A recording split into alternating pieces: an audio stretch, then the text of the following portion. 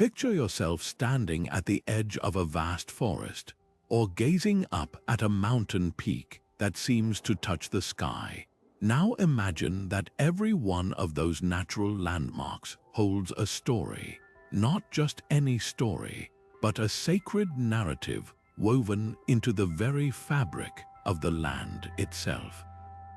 For countless generations, human beings have looked at the world around them and seen more than just geography. They've seen a living, breathing tapestry of myth and meaning.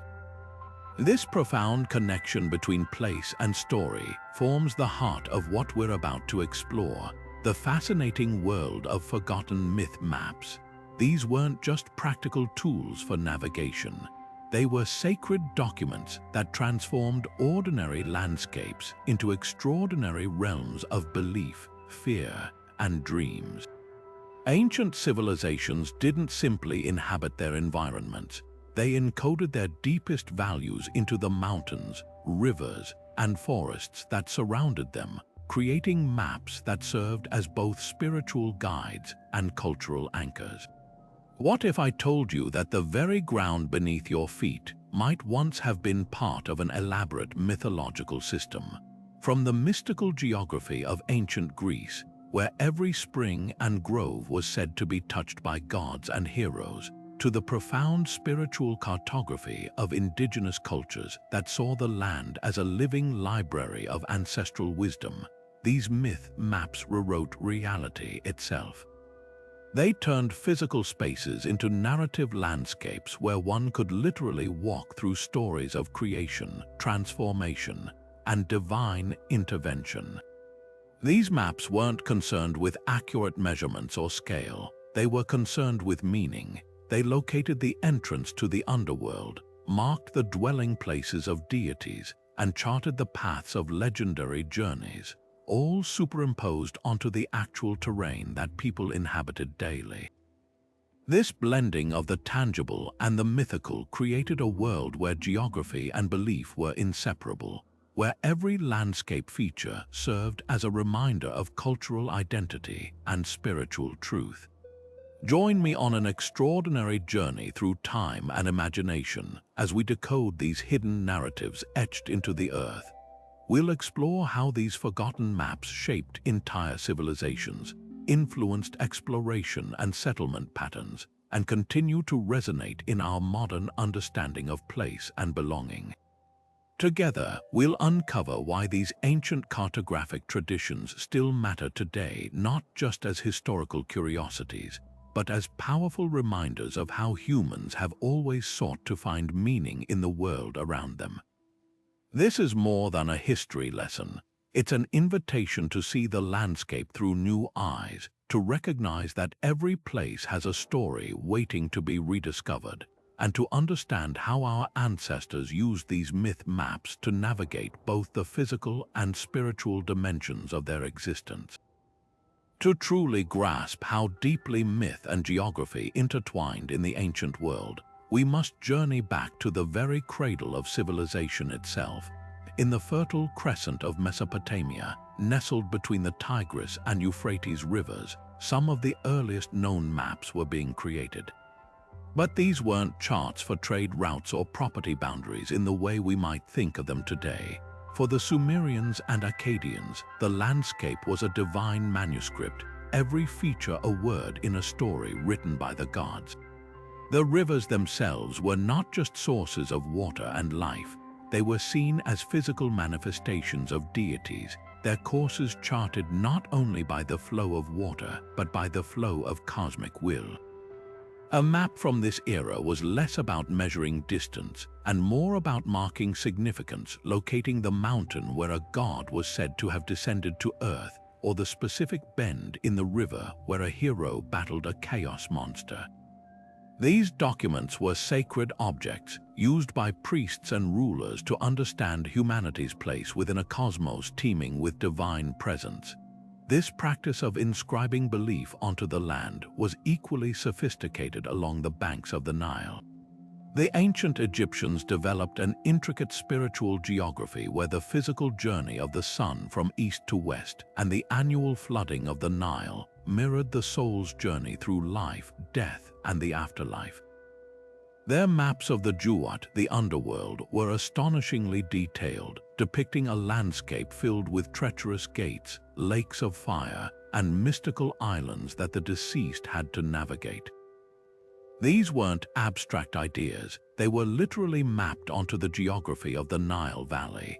The river's east bank, where the sun rose, was associated with life and the living, home to bustling cities and temples. The west bank, where the sun set, became the domain of the dead, a vast necropolis of tombs and pyramids. To live in this world was to constantly move through a mythic diagram, where every sunrise was a victory of order over chaos, and every funeral procession a reenactment of Osiris's journey. The functions of these early myth maps were as practical as they were profound. They acted as the ultimate cultural hard drives, preserving the memory of events, people, and laws by anchoring them to immutable landscape features. A peculiar rock formation became the proof of a giant's defeat. An ancient spring was the eternal reminder of a goddess's tears. This provided a powerful tool for justifying territorial claims and social structures. A king could point to a mountain and declare that his right to rule was ordained by the god who lived there, making his authority as natural and unquestionable as the geography itself. Furthermore, these maps served as constant, tangible moral guides. The path through a dangerous canyon wasn't just a physical challenge. It was a retelling of a hero's perseverance, teaching lessons about courage and resilience to everyone who traveled it. The landscape became a classroom, a temple, and a history book all at once, ensuring that the core values and identity of a culture were reinforced with every step its people took. This foundational fusion of place and story didn't just record a worldview, it actively created and sustained it, setting a template that would be echoed by countless cultures across the globe for millennia to come. So if ancient maps were the first to blend story and soil, what exactly makes a myth map distinct from the charts we use today? Think of a standard road map. Its primary goal is accuracy. It shows you where to turn, how many miles to your destination, and the most efficient route to get there. A myth map, by powerful contrast, operates on an entirely different principle. Its purpose isn't to guide your body from point A to point B, but to guide your spirit from the ordinary to the extraordinary. It transforms a simple mountain from a geological formation into the throne of a storm god, or a winding river from a waterway into the physical remnant of a great serpent's path.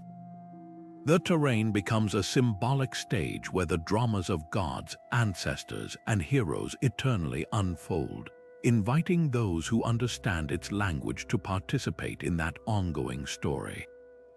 This cartographic language relies on a rich vocabulary of recurring motifs that appear across cultures and centuries.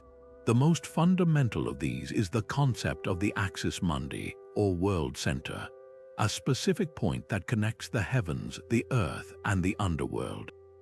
This could be a towering mountain, a great world tree, or a central city temple. From this sacred heart, the rest of the world radiates outward, organized not by compass points but by spiritual significance. Another common element is the clear delineation of boundaries, marking the perilous transition zones between the known, human world and the mysterious realms of the divine or the monstrous. These weren't merely lines on parchment, they were real forests, shorelines, or mountain passes that one crossed with caution and ritual preparation, understanding that the rules of reality might be different on the other side. Far from being abstract art, these maps served intensely practical functions within their communities. They were the ultimate educational tools, using the familiar landscape as a mnemonic device to teach complex cosmological principles, moral codes, and historical traditions to each new generation. A young person wouldn't just be told a story, they would be taken to the very cave where it happened, physically connecting narrative to place in an unforgettable way. For pilgrims, these maps provided the itinerary for profound spiritual journeys, turning a long and arduous trek into a walking meditation through sacred history. Each stop along the route was a chance for devotion, reflection, and connection with the divine. And for priests and rulers, myth maps were powerful tools for ritual, helping to determine the most auspicious locations for ceremonies, the correct astronomical alignments for temples, and the divine sanction for their authority over the land. They weren't just describing a world, they were actively maintaining its spiritual and cosmic order through their very use. This deep intertwining of story and soil found one of its most eloquent expressions in ancient Greece, a civilization that saw its entire landscape as a page from a divine epic. The Greeks didn't merely live on the land, they lived within a mythic geography where every natural feature pulsed with the presence of gods and the echoes of heroic deeds. To them, a mountain wasn't just rock and earth, it was the very throne of Zeus where the king of the gods surveyed the mortal realm. A river wasn't simply flowing water, it was the Styx, the solemn boundary oath that separated the world of the living from the shadowy underworld of Hades. This wasn't abstract belief, it was a lived reality that shaped how they interacted with their environment, turning the entire peninsula into a vast, open-air temple and a stage for the eternal dramas of their pantheon. The most remarkable documentation of this world comes to us through the work of a 2nd century AD traveler and geographer named Pausanias. His monumental work, The Description of Greece, stands as a breathtakingly detailed travelogue that reads like a mythic atlas of the ancient world. For Pausanias, no detail was too small to escape his notice if it carried a story. He didn't just note the existence of a spring, he recorded the local tradition that it was created by the hoof strike of Pegasus, the winged horse. He didn't merely describe a temple's dimensions, he meticulously documented the myths associated with its founding, the miracles attributed to its deity, and the rituals performed by its priests. His work is a masterclass in myth mapping, systematically walking the reader through the Greek landscape while simultaneously guiding them through the layers of story embedded in every stone and stream. This tradition, known as periegesis, represents a unique literary genre that perfectly encapsulates the Greek approach to geography. It was part travel guide, part religious manual, and part national epic, all rolled into one. A traveler using such a text would journey through a double landscape, the physical terrain of mountains and valleys, and the simultaneous narrative terrain of divine births, heroic battles, and tragic loves. To stand at the site of the Oracle of Delphi was not just to visit a famous ruin, it was to stand at the Omphalos, the navel of the world, where Zeus had determined the center of the earth by releasing 2 eagles from opposite ends of the cosmos. To sail through the Strait of Messina was to navigate the very waters where the monster Scylla had snatched sailors from their decks, a story that served as both entertainment and a very real warning about the dangers of that particular passage. This profound fusion of place and narrative became a cornerstone of Greek cultural identity. It provided a shared map of meaning that connected the scattered city-states into a cohesive cultural sphere. A Spartan and an Athenian might be political rivals, but they both understood that Mount Olympus was the home of the gods and that the plains of Troy were where their common ancestors had fought a legendary war. This mythic geography also served practical purposes for the burgeoning Greek tourism industry of the ancient world. Pilgrims and travelers flocked to these storied sites, seeking not just to see famous places but to experience them, to connect with the divine, and to walk in the footsteps of heroes.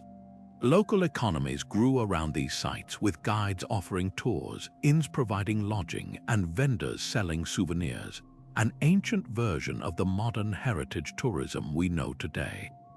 The influence of this Greek tradition of myth mapping extended far beyond their borders and long after their political decline. the Romans, who greatly admired Greek culture, adopted and adapted this approach wholesale. When Roman writers like Virgil composed their own national epic, the Aeneid, they carefully mapped the journey of their Trojan ancestor, Aeneas, onto the very real geography of the Mediterranean, creating a mythic justification for Roman expansion and authority. This practice of using myth to legitimize political control through geography would echo through European history for centuries. Even during the Renaissance and the Age of Exploration, European cartographers often filled the blank spaces on their maps with references to classical myths, demonstrating how these ancient Greek narratives continued to shape the very way the Western world saw and mapped its expanding understanding of the globe. Crossing the ocean from the Old World, we find this same profound connection between myth and geography expressed with breathtaking complexity in the civilizations of Mesoamerica. Here, the very architecture of cities served as a physical representation of the cosmos, creating a landscape where human activity and divine order were perfectly synchronized. The Maya, for instance, didn't just build their cities for shelter or commerce. They constructed them as precise terrestrial mirrors of the heavens. A great pyramid was far more than a royal tomb or temple. It was a sacred mountain, a man-made axis mundi that connected the earthly realm to the celestial spheres above and the watery underworld below. The grand ball courts, where teams competed in a ritualized game using a heavy rubber ball, were not merely sporting arenas. They were symbolic stages for the eternal struggle between the forces of light and darkness, life and death, often representing the Maya creation myth where the hero twins defeated the lords of the underworld in a bowl game. To walk through a Maya city like Tikal or Chichen Itza was to navigate a living, three-dimensional map of their entire belief system. This practice of encoding cosmic principles into urban design reached its zenith with the Aztec capital of Tenochtitlan, a city that was quite literally founded on a prophecy. According to their foundational myth, their patron god Huitzilopochtli instructed them to wander until they witnessed an eagle perched on a cactus, devouring a snake. The discovery of this omen on an island in Lake Texcoco wasn't just a convenient place to settle. It was the fulfillment of a divine mandate, making the location itself sacred. The city's layout was then meticulously planned to reflect this cosmic significance. At its heart stood the Templo Maya, a massive double pyramid dedicated to the gods of war and rain.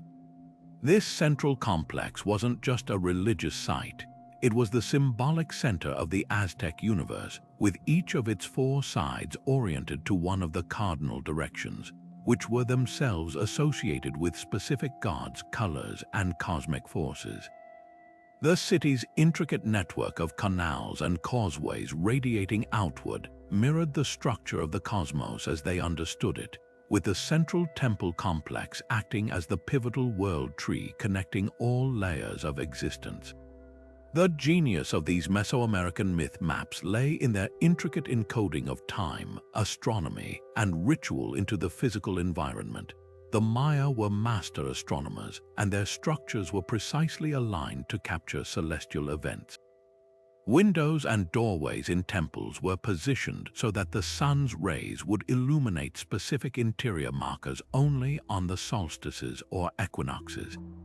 The entire city became a giant calendar stone, with the movements of the sun, moon, and Venus dictating the timing of rituals, agricultural cycles, and royal ceremonies. This wasn't simply observation. It was a form of active participation in maintaining cosmic order. By performing the correct rituals at the correct time in the correct symbolic location, the priests and rulers were ensuring the sun would continue to rise, the rains would come, and the world would not fall back into the primordial chaos that existed before creation. What truly sets these myth maps apart is their prescriptive nature.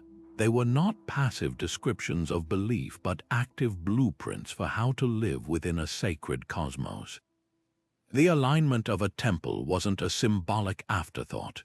It was a fundamental design requirement that dictated the entire city's orientation. The placement of a ball court in relation to the main pyramid created a ritual pathway that pilgrims would follow, physically reenacting mythological journeys. This integration of myth into urban planning ensured that every aspect of daily life, from the grandest state ceremony to the most mundane task, was infused with cosmic significance.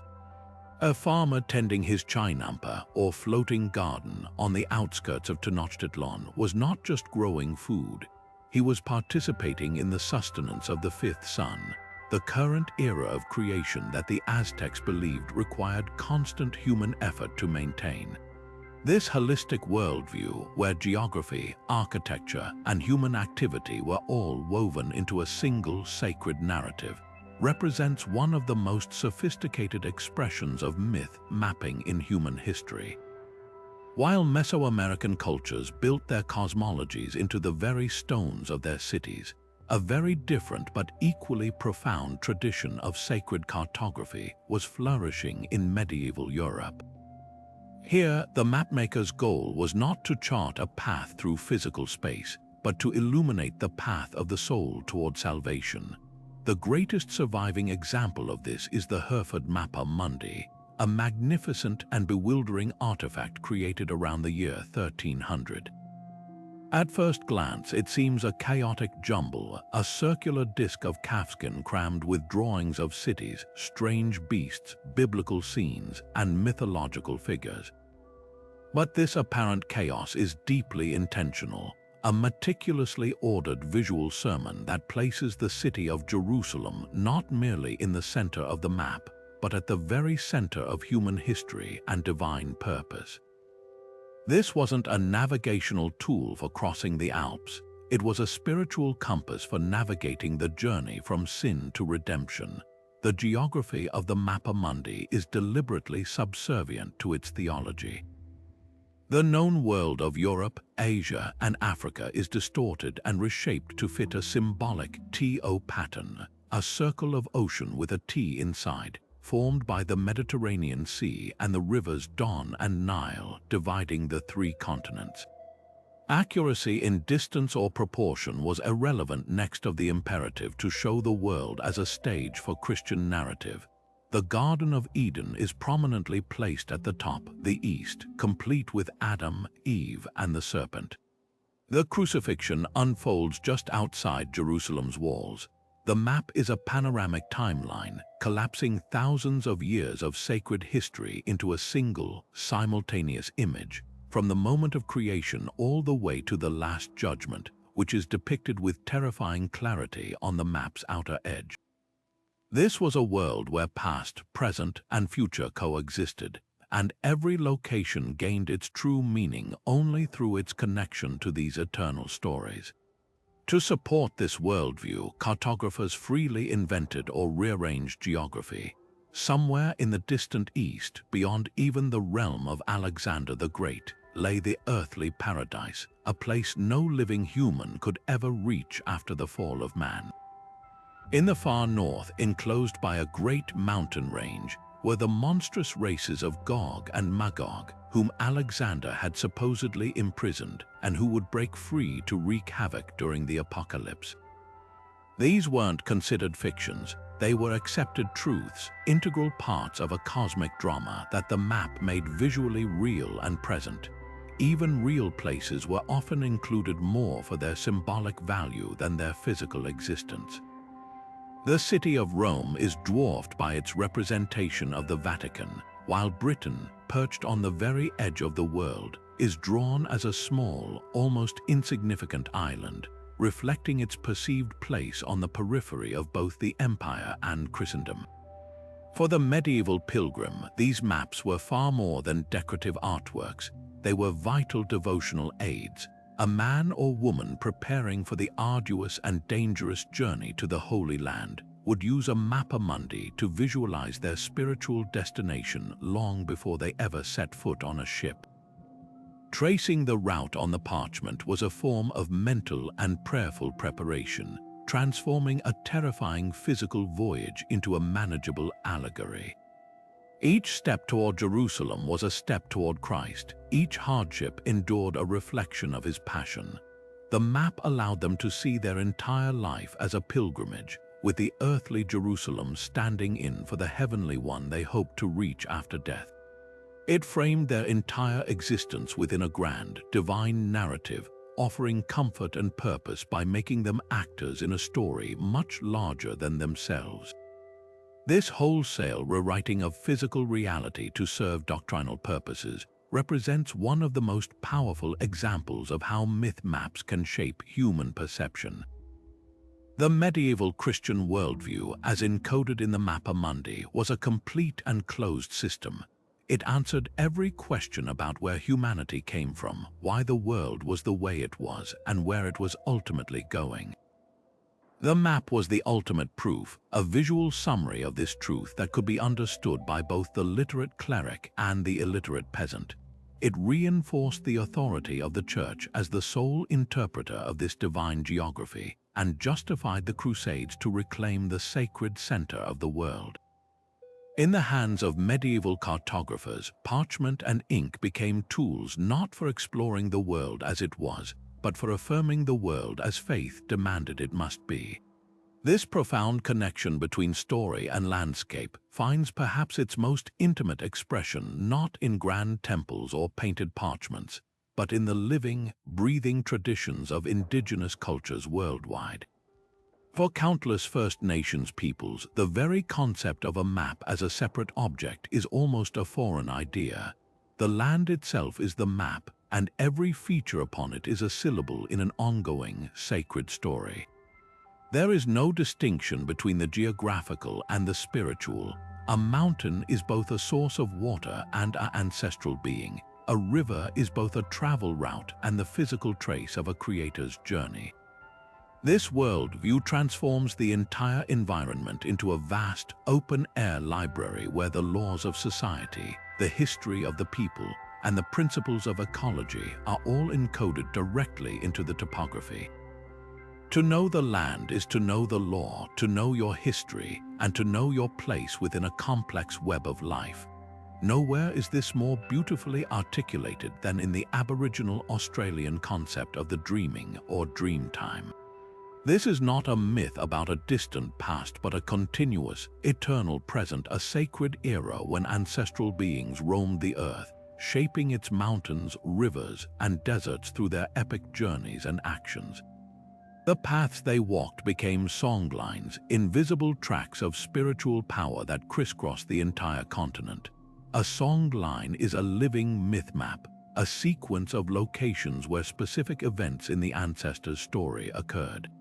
To travel a songline is to sing the songs that describe each place in the correct order, effectively navigating by myth. The songs are the map, and the land is the score.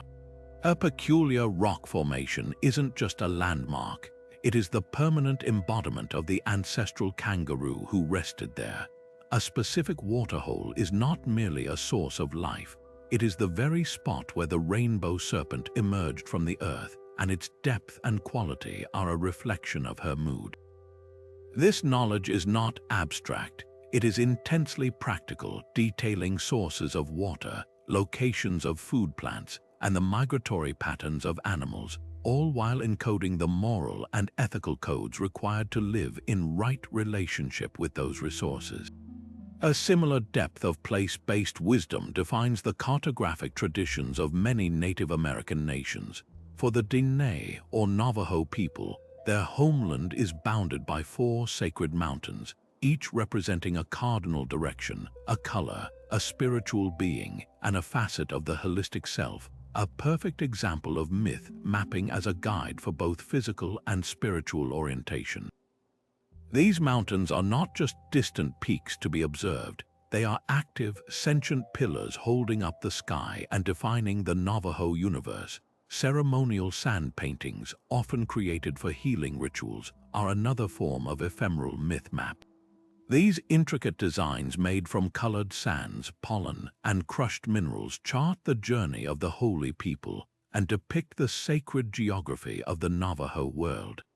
They are not meant to be permanent artifacts but are created, used in prayer and healing, and then dissolved, their power returned to the earth from which it came. This practice highlights a key difference. The map is a process, a performance, and a prayer, not a permanent possession. The medium of these indigenous myth maps is as diverse as the cultures themselves, standing in stark contrast to the paper and ink permanence of Western cartography. Knowledge is held in songs that are sung while walking the land, in stories told around fires at specific seasons, in the patterns of woven baskets, the designs beaded onto clothing, or the symbols carved into totem poles. This oral and performative transmission is not a primitive shortcoming but a sophisticated system of knowledge protection. It ensures that deep, contextual understanding of a place cannot be stolen or separated from the people who are its custodians. You cannot simply take a map and own the land. You must learn the songs, hear the stories from an elder, and walk the paths yourself to truly know it. This creates an unbreakable link between cultural continuity and the health of the land itself. At the heart of all these traditions lies a radical and essential philosophy: reciprocity. Where Western maps often portray land as a resource to be owned, exploited, and bounded, indigenous myth maps teach that humans are participants in a relationship with a living world. You have responsibilities to the mountain that gives you water, to the animals that provide you sustenance, to the ancestors whose stories formed the cliffs you shelter under.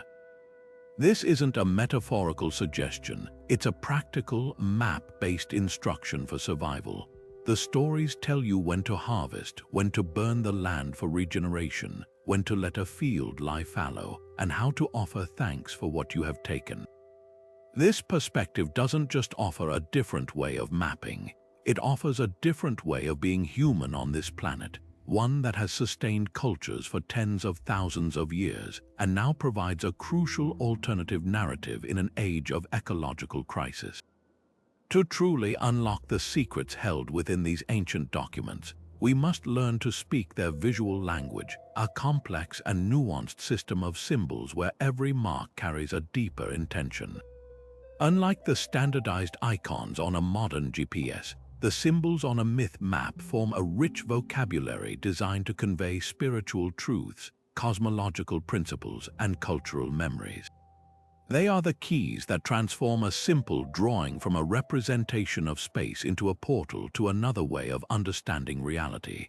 A single, carefully placed symbol could tell a traveler not only where to go, but why the journey mattered, what dangers, both physical and spiritual, they might face, and what transformation awaited them at their destination. Certain motifs appear with remarkable consistency across vastly different cultures, hinting at a shared human tendency to visualize complex ideas through a common symbolic lens. The labyrinth is one of the most powerful and enduring of these symbols. From the intricate floor labyrinths of medieval cathedrals to the spiral petroglyphs carved by ancient cultures, this winding, single-path design rarely served as a real puzzle. Instead, it universally represented the archetypal spiritual journey, a path of trials leading toward a sacred center, whether that was enlightenment, communion with a deity, or self-discovery. Walking a labyrinth was a ritual act of meditation, a physical embodiment of the inward turn toward truth. Similarly, the world tree or tree of life is another near-universal symbol, its roots digging deep into the underworld, its trunk solidly in the middle world of the living, and its branches reaching high into the heavenly realms. It functions as the ultimate axis mundi on a myth map, a fixed central point that connects all layers of existence and provides a stable anchor for the entire cosmos it depicts. Then there is the simple, potent circle. With no beginning and no end, it effortlessly symbolizes eternity, wholeness, and the sacred boundary that separates the ordered, known world from the chaotic, unknown void that surrounds it. On a map, a circle might delineate the limits of a kingdom blessed by the gods or encircle a holy site, marking it as a place where the veil between worlds is thin. Beyond these grand structural symbols, myth maps are alive with a more detailed lexicon of color, fauna, and form, each element chosen with deliberate care. The color red rarely appears arbitrarily. In some traditions, it signified the sacred blood of life or the divine fire of creation. In others, it was a stark warning of danger, marking the territories of hostile spirits or the locations of past battles. Animals are never just fauna, they are potent metaphors. A serpent might simultaneously represent hidden wisdom, regenerative healing, and primordial chaos, its meaning shifting based on its context within the map's narrative. Geometric patterns also carry profound weight. A simple triangle could point toward a sacred mountain or represent the hierarchical structure of the cosmos, while a series of concentric circles might chart the expanding spheres of influence from a holy center or the layered realms of an afterlife. Learning to decode this visual language allows us to read these maps not as quaint or inaccurate charts, but as sophisticated, multi-layered texts. A strange creature drawn in the margin is not a cartographer's mistake.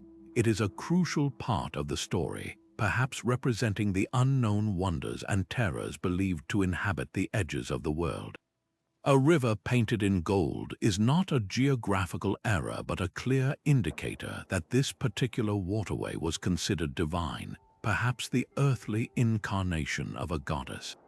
Every element, from the largest mountain range to the smallest decorative flourish, was a deliberate choice contributing to a cohesive narrative whole. This symbolic language transcends the barriers of spoken tongue and specific doctrine, creating a fascinating bridge between cultures. It reveals a universal human impulse to make sense of our existence by encoding our deepest fears, highest aspirations, and most fundamental beliefs into the visual forms we leave behind on parchment, stone, and bark. But this profound human urge to map meaning onto the land was never solely a spiritual or cultural pursuit. It was also one of the most potent political tools ever devised. Across continents and millennia, those in power recognized that controlling the map meant controlling the story, and controlling the story was the ultimate key to legitimizing their rule. A myth map in the hands of a savvy ruler became a powerful piece of propaganda, a seemingly objective document that presented their authority not as a human construct, but as a natural, divine, and inevitable fact of the cosmos itself. It was a way to write their own name into the eternal stories of the land, making rebellion seem not just treasonous but sacrilegious, a violation of the very order of the universe. In ancient China, this practice was refined into a precise science of power known as feng shui, or geomancy. Emperors who ruled under the mandate of heaven understood that their legitimacy depended on maintaining perfect harmony between the celestial, terrestrial, and human realms. They employed master geomancers to create intricate maps that charted the flow of Kai, or life force, through the landscape. The location and orientation of the imperial capital were not chosen for strategic defense or trade advantages alone. They were meticulously selected and mapped to align with cosmic forces. The capital was to be a microcosm of the entire empire, and by extension, the universe itself, with the emperor's palace positioned at the precise earthly equivalent of the pole star, the unmoving center of the heavens around which all else revolved. These geomantic maps, often state secrets, were used to plan cities, tombs, and palaces in perfect alignment with sacred mountains and rivers, visually proving that the emperor's dynasty was the rightful recipient of heaven's favor. To challenge the emperor was to disrupt the cosmic balance itself, a claim made undeniably visible in the very layout of the land. A world away in medieval Europe, monarchs pursued a similar goal through a different cartographic strategy, the manipulation of lineage and bloodline. Lacking a centralized, celestial mandate like China's, European kings and queens turned to myth maps to fabricate a glorious and divinely sanctioned ancestry. Genealogical charts became a popular form of myth mapping, tracing a ruler's family tree not just through historical figures but back through layers of legend to ultimate mythic founders. The kings of England, for instance, eagerly promoted maps and chronicles that connected their lineage to the Trojan hero Brutus, a descendant of the goddess Venus, who was said to have founded Britain. These beautifully illustrated genealogical rolls were not kept hidden in libraries. They were displayed prominently in court, used in coronation ceremonies, and distributed as copies to influential nobles. They were visual arguments, transforming a Norman French conqueror like William the Conqueror from a foreign usurper into the long-prophesied rightful heir to a throne that was his by ancient, heroic destiny. The map didn't just show family connections, it painted a picture of power that was preordained by myth. The political use of myth maps often had a darkly pragmatic side, the deliberate erasure of competing narratives. When a new dynasty rose to power or a colonizing force arrived in a new land, one of the first acts of cultural domination was to suppress the existing local myth maps and replace them with their own. This was a form of ideological conquest far more efficient than military occupation alone. By remapping the sacred geography, the conqueror could symbolically dismantle the spiritual foundation of the native culture, making its gods, heroes, and history disappear from the landscape. The Romans were masters of this practice. Across their vast empire, they would often build their temples directly on top of the most sacred sites of the conquered peoples, effectively co-opting their spiritual power and mapping their own gods like Jupiter or Minerva onto the local deities. This made the subjugated population's own holy places into monuments to Roman authority, a constant physical reminder that their world had been rewritten and that their new rulers now controlled the very pathways to the divine. This ability to make a political claim appear natural and timeless is the defining superpower of the myth map. It transforms the is of power into the ought of power. A border drawn on a standard political map is just a line, an agreement that can be disputed. But a border drawn on a myth map, say as the river where a nation's founding hero made a covenant with a god, becomes a sacred boundary. A city placed at the center of a cosmological diagram becomes the undeniable heart of the world, its ruler the axis around which all life turns. These maps didn't just record belief, they actively manufactured consent for authority by embedding it so deeply into the perceived reality of the world that it became invisible, as unquestionable as a mountain or a river. They were the ultimate tools for naturalizing power, proving that cartography could be just as effective as an army in conquering and holding a territory, not just its land but the minds of its people. Perhaps no mythical map has captured the human imagination more powerfully or persistently than the lost continent of Atlantis. Our story begins not with an ancient tablet or a dusty scroll, but with the philosophical dialogues of the Greek thinker Plato, writing around 360 BC. In his works Timaeus and Critias, Plato describes a vast, sophisticated island empire located beyond the Pillars of Hercules, what we now call the Strait of Gibraltar. This was no utopian fantasy. Plato presented Atlantis as a historical reality, a naval power that had besieged ancient Athens before being defeated, and then catastrophically swallowed by the sea in a single day and night of earthquakes and floods. He provided astonishingly specific details, concentric rings of water and land, a grand capital city adorned with precious metals, and a powerful dynasty of kings descended from the god Poseidon. For Plato, this was likely a moral allegory about the dangers of hubris and the decay of an ideal state. But for centuries of readers that followed, it was a tantalizing mystery, a challenge to find this lost world. This single narrative seed, planted by a philosopher, blossomed into a sprawling forest of cartographic speculation that would literally reshape the world map. Early Christian scholars, like the 4th century writer Cosmas Indicopoulos, incorporated Atlantis into their own Christianized worldviews, sometimes mapping it alongside the earthly paradise.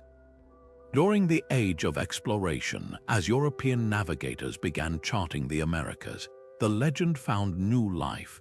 Theologians and cartographers, struggling to fit the newly discovered continents into a biblical framework, wondered if these lands were the peaks of the drowned Atlantis or perhaps even Atlantis itself. The influential 16th century mapmaker Abraham Ortelius, after considering the seemingly matching coastlines of South America and Africa, even proposed that Atlantis was not a myth but a real continent that had once bridged the two landmasses before it sank. This theory, born from trying to reconcile myth with new geographical data, prefigured the modern scientific concept of continental drift by centuries. The hunt for a physical location became a grand intellectual obsession, with proposed sites multiplying across the globe. Some maps, following Plato's clues, placed it squarely in the mid-Atlantic Ocean. Others, noting descriptions of elephants and a large capital, argued for a location in the Mediterranean, suggesting the Minoan civilization on Santorini, devastated by a colossal volcanic eruption around 1600 BC, was the historical kernel of the story. In the 19th century, fueled by a wave of spiritualism and speculation, theories emerged placing the lost continent in the Sahara Desert, the Caribbean, or even Antarctica. Each new theory required a new map, a new interpretation of geography that bent real coastlines and ocean depths to accommodate a powerful story. These weren't just fanciful drawings, they were serious attempts to solve a puzzle, demonstrating how a compelling narrative can actively dictate how we see physical evidence, often making us see connections where none exist. While Atlantis stormed its way through Western imagination, a quieter but equally influential mythical continent emerged from the world of 19th century science, Lemuria. The puzzle began with lemurs. Zoologists had discovered fossils of these small, furry primates in both Madagascar and India, but not in the vast expanse of Africa or the Middle East that lay between them. To explain this bizarre distribution, the British zoologist Philip Sclater proposed a radical solution in 1864. He suggested that a vast land bridge, which he named Lemuria after its primate inhabitants, must have once connected India and Madagascar before sinking beneath the waves of the Indian Ocean. This was a perfectly rational, if incorrect, scientific hypothesis for its time, a way to explain animal migration patterns in an era before the theory of plate tectonics was accepted. But just as with Atlantis, the scientific idea of Lemuria was quickly captured by other powerful cultural currents and transformed into something entirely new. The most significant transformation came from the Theosophical Society, a spiritual movement co-founded by the enigmatic Helena Blavatsky. In her seminal work, The Secret Doctrine, Blavatsky adopted Sclater's sunken continent and rewrote its history entirely. For Theosophists, Lemuria was no mere land bridge for lemurs. It was the home of the third root race of humanity, a spiritually advanced but physically grotesque race of egg-laying hermaphrodites who possessed a third eye and communicated through telepathy. Blavatsky and her followers produced elaborate maps and detailed descriptions of Lemurian geography, culture, and its eventual destruction. This vision was less a scientific hypothesis and more a sacred geography, a myth map designed to provide a spiritual ancestry for humanity that predated and was superior to all known religions and histories. The impact of these two mythical continents extends far beyond curious maps and occult literature. They actively influenced real-world exploration, politics, and national identity. The quest for Atlantis drove numerous expeditions. Archaeologists like Heinrich Schliemann, fresh from his discovery of Troy, went searching for it, proving that a story once thought to be myth could indeed reveal a lost city. The idea of a lost Aryan homeland, inspired by these kinds of myths, was later twisted to serve the dangerous racial ideologies of the 20th century. In the case of Lemuria, its influence took a surprising turn in the realm of geopolitics. In the late 19th and early 20th centuries, Tamil nationalist writers in India seized upon the theosophical version of Lemuria, which they called Kumari Kandam. They mapped this lost continent onto the Indian Ocean, claiming it as the ancient, submerged homeland of the Tamil people, a vast civilization that predated and excelled all others. This mythic past was used to foster a powerful sense of cultural pride and political identity, a potent example of how a sunken continent, born from a zoological puzzle, could be remapped to serve modern nationalist ambitions. The enduring journeys of Atlantis and Lemuria offer us a profound lesson about the nature of maps and the human mind. They show us that a map is never a neutral document. It is always a product of its creator's beliefs, desires, and anxieties. A scientific map of Lemuria reveals the limits of 19th century biology, while a theosophical map of the same place reveals a deep yearning for spiritual origin stories. A map placing Atlantis in Antarctica reflects a modern obsession with hidden knowledge and unexplored frontiers. These mythical maps are not failures of cartography, they are brilliant successes of narrative. They prove that we are ultimately storytelling creatures, and we will always strive to impose a satisfying plot onto the blank spaces of our maps, even if we have to invent a continent to do it. They remind us that every map we use today, from a political border to a satellite image, is also telling a story, and it is our responsibility to ask what that story is and why it's being told. These ancient pathways, worn smooth by the footsteps of countless seekers, represent myth mapping in its most active and immersive form. A pilgrimage route is far more than a simple line on a map connecting point A to point B. It is a linear, experiential storybook written across the landscape itself. Each segment of the trail, each hilltop reached, and each town encountered is a new chapter in a sacred narrative, transforming the physical act of walking into a profound metaphor for the soul's journey toward enlightenment, healing, or forgiveness. The pilgrim doesn't just move through space, they progress through a story with the very geography beneath their feet serving as both the setting and the catalyst for inner change. This is the ultimate expression of a living myth map, one that is not merely observed but is physically embodied, step by arduous step, breath by conscious breath. Consider the world-famous Camino de Santiago, the Way of St. James, which weaves its way across northern Spain to the cathedral in Santiago de Compostela. This is not a single path but a vast network of routes converging from all over Europe, each one rich with its own layered history. For the medieval pilgrim, the journey began the moment they left their village, and the guidebooks they used were masterpieces of mythic cartography. These texts, like the 12th century Codex Calixtinus, were less concerned with precise distances and more focused on the spiritual significance of every landmark. They would direct the traveler to the field where a miracle once occurred, the fountain whose waters were blessed by a saint, or the mountaintop that offered a view symbolic of divine revelation.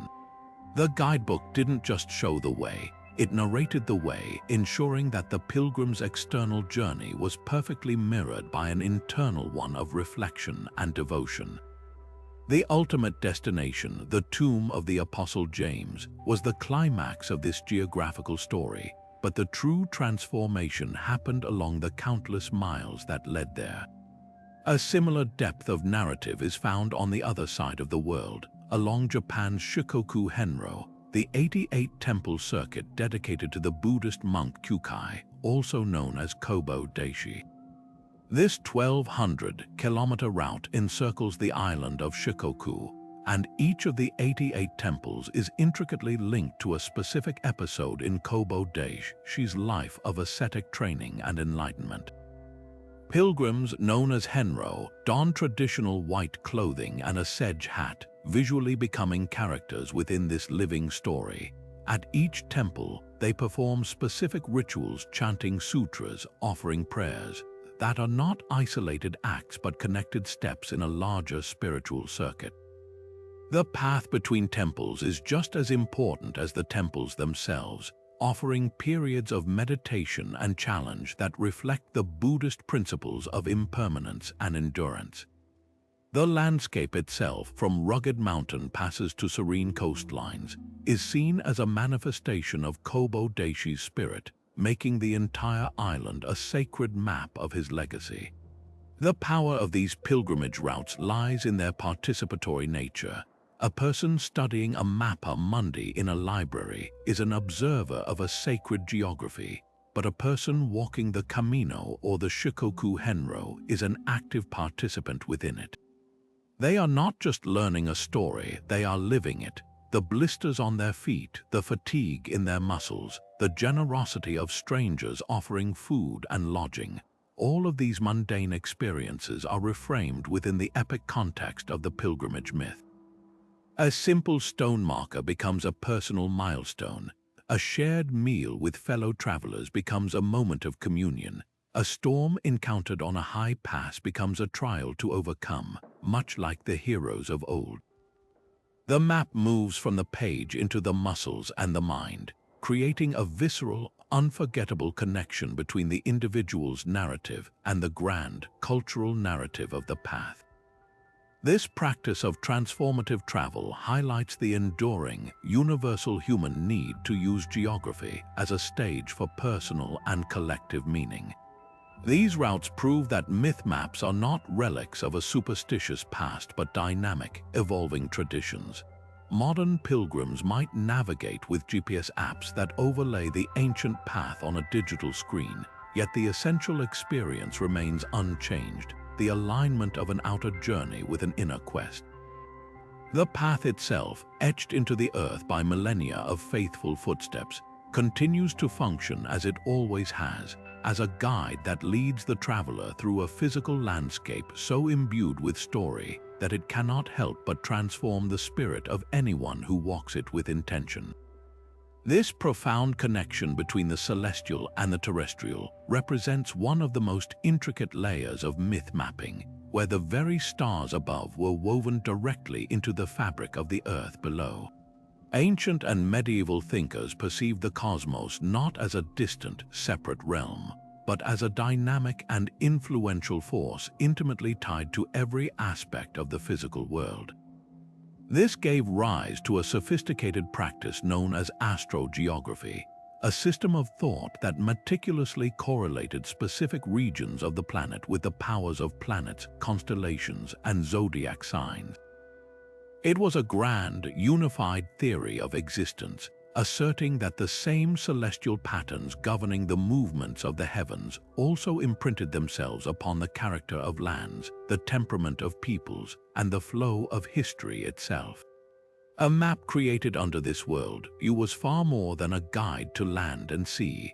It was a cosmic mirror reflecting the belief that to understand a place, one must first understand the stars that ruled over it. One of the most widespread and enduring applications of this principle was the practice of assigning zodiacal rulership to entire nations and regions. This system, detailed in many medieval and Renaissance texts, created a celestial map of the earth. Aries, the ram, might be given dominion over England, infusing its people with the sign's stereotypical qualities of martial courage and a pioneering spirit. Taurus, the bull, could be linked to the stable, fertile, and sometimes stubborn character ascribed to Switzerland or Cyprus. The fiery influence of Leo might be mapped onto Italy or France, suggesting a natural inclination toward leadership, drama, and royalty. This wasn't merely poetic metaphor, it was considered a factual astrological science. The logic dictated that a child born in a land governed by a particular sign would be imbued with its traits, and the collective destiny of that nation, its periods of war, peace, prosperity, or plague, could be forecast by tracking the transits of planets through its associated sign. Geography became a function of astronomy, with every kingdom and province having its own unique celestial patron and personality. This cosmic cartography extended its influence far beyond broad national stereotypes, reaching down to shape the very foundations of cities and the courses of empires. The concept of a horoscope for a city was a standard practice in the ancient world. When a new settlement was planned, astrologers would carefully chart the heavens to determine the most auspicious moment to lay the foundation stone or mark the city's boundary. This inaugural moment, known as the natal chart of the city, was believed to lock in the celestial influences that would govern its fate for all time. The legendary founding of Rome, for instance, was said by some sources to have been timed with precise astrological calculations, forever linking the city's destiny with the specific planetary alignments of that day. This practice ensured that the urban center was not just physically aligned with its surroundings but cosmically synchronized with the universe, designed to thrive under the benevolent gaze of the stars that witnessed its birth. The logic of astrogeography also provided a framework for understanding the natural world in a way that seems fantastical to modern minds. Rivers were not seen as random products of erosion and watersheds, but as terrestrial reflections of celestial rivers like the Milky Way. Their courses were thought to be influenced by the fluid, emotional nature of the moon or the watery planets. A river that flowed westward might be under the dominion of Venus, while one with a rapid, aggressive current could be linked to Mars. Mountain ranges with their peaks scraping the sky were natural conduits for celestial energy, often associated with Saturn, the planet of structure, discipline, and isolation. Even local climates and the properties of native plants were explained through this lens. A region known for its hot, dry winds and fiery-tempered inhabitants was clearly under the sway of the Sun or Mars, while a misty, fertile valley producing medicinal herbs would be governed by the Moon or Venus. This created a deeply interconnected and animate world where every geological feature and meteorological pattern was a direct expression of a living, breathing cosmos. This holistic worldview, where heaven and earth were inseparable partners, had profound and practical consequences that reached into every corner of pre-modern life. In medicine, the practice of astrobotany dictated that herbs harvested under the rule of a specific planet would be most effective in treating ailments associated with that celestial body. A physician would consult an astrogeographical map to source the most potent ingredients. In governance, a king's advisors might counsel him against launching a military campaign into a territory currently under a malefic planetary transit, or advise him to form an alliance with a nation ruled by a zodiac sign compatible with his own royal chart. Even exploration was driven by this logic. Navigators like Christopher Columbus carried astrological texts and believed they were not just discovering new lands, but completing a cosmic map, finding the earthly counterparts to celestial patterns. This seamless blending of disciplines shows us that for much of human history, knowledge was not divided into separate boxes of science, religion, and art. Instead, it was a unified tapestry, and the astrogeographical myth map was one of its most brilliant and complex threads, weaving together human destiny with the dance of the spheres. While the great maps of pilgrims and emperors charted the geography of belief, another kind of cartographer was at work, one who wielded a pen instead of a surveying tool. These were the storytellers, and their medium was the literary myth map, a carefully constructed world where every forest, mountain, and river was not just a setting, but a character in its own right, saturated with meaning and memory. This tradition of building imaginary geographies allows authors to translate abstract themes like courage, corruption, or the passage of time into tangible, explorable landscapes.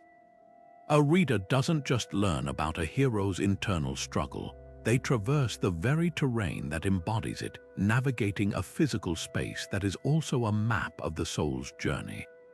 This powerful fusion of narrative and cartography turns the act of reading into a form of active exploration, inviting us to wander through worlds that feel astonishingly real because their geography is so deeply intertwined with their story. We can trace the origins of this craft back to the very dawn of Western literature, to Homer's epic poem, The Odyssey. On the surface, it is the tale of Odysseus's long, arduous voyage home to Ithaca after the Trojan War. But beneath the adventures lies a brilliant, early example of literary myth mapping. Homer takes the known geography of the Mediterranean Sea, a world his audience would have recognized from their own seafaring experiences, and layers it with a rich topography of the fantastic.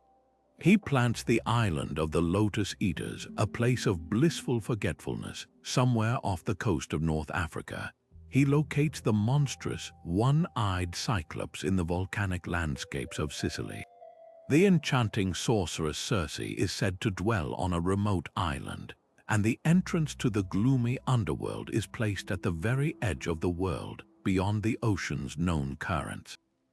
This was a masterstroke of world building. For Homer's audience, the Mediterranean was no longer just a body of water for trade and travel. It became a stage for the eternal struggle between cunning and brute force, between the seduction of oblivion and the relentless pull of home. A real-world storm at sea could now be imagined as the wrath of the god Poseidon, and a strange, unfamiliar coastline might conceal the lair of a siren. Homer didn't just tell a story. He remapped his listeners' entire perception of their world, infusing the familiar with the magical, and proving that the most powerful maps are those that chart the geography of the human condition. This tradition of deep, meaningful world building found its modern master in the 20th century with J.R.R. Tolkien, a scholar of ancient languages and myths who essentially became the cartographer of his own soul. His creation of Middle-earth stands as the undisputed pinnacle of literary myth mapping. Tolkien didn't simply write a story and then sketch a map to accompany it. He began with the maps themselves, painstakingly drawing the continents, mountain ranges, and river systems first. The narrative of The Lord of the Rings then grew organically from the geography he had established. The characters don't move through a generic backdrop. Their journey is dictated by the very real and imposing obstacles of the land. They cannot simply walk over the misty mountains. They are forced to go under them through the mines of Moria with catastrophic consequences. The dead marshes are not just a swamp. They are a haunted graveyard from a long-forgotten war, a physical manifestation of history's tragic weight. In Tolkien's work, every landscape possesses a moral and historical valence. The idyllic, protected Shire represents a pre-industrial England, a world of simple comforts and gentle order. In stark contrast, the blasted hellscape of Mordor is the physical embodiment of pure, industrialized evil, a land where nothing grows and the very air is poison. The elegant, tree-grown city of Lothlorien reflects the timeless, melancholic grace of the elves, while the glittering caves of Helm's Deep symbolize the enduring, deep-rooted strength of the dwarves. The journey from the Shire to Mount Doom is not just a linear trek across a continent. It is a descent into the heart of darkness and a subsequent return to light, with each geographical region representing a different stage in that spiritual and ethical transformation. The map is the story, and the story is the map. The profound power of these narrative maps lies in their ability to make the intangible tangible. Concepts like temptation, despair, and hope cease to be abstract feelings and become places you can visit. You can chart the course of a character's corruption by following their path into a twisted forest or a dark tower. You can understand the theme of fading magic by watching the borders of an enchanted wood slowly recede over the course of a story. This spatial metaphor allows readers to engage with complex ideas on an intuitive, almost visceral level. We don't need a philosophical treatise on the nature of evil when we can see its stark reality in the volcanic plains of Gorgoroth. We understand the allure of forgetting our troubles when we witness the languid peace of the Lotus Eater's shore. This intricate dance between storytelling and cartography reveals a fundamental truth about how we understand our own world. We are creatures who instinctively organize our experiences spatially. We speak of being at a crossroads in life, of going through a dark valley, or of striving to reach a peak of achievement. Literary myth maps simply externalize this innate process, building external landscapes that mirror our internal ones. They show us that every story, from the oldest epic to the newest fantasy novel, is a kind of map. It charts a course through challenges, it marks the locations of discovery and loss, and it ultimately guides us, the readers, toward a deeper understanding not just of a fictional world, but of the very real terrain of the human heart. The greatest authors are those who, like Homer and Tolkien, don't just tell us a tale. They give us a map so rich and compelling that we can't help but explore it for ourselves, long after the final page is turned.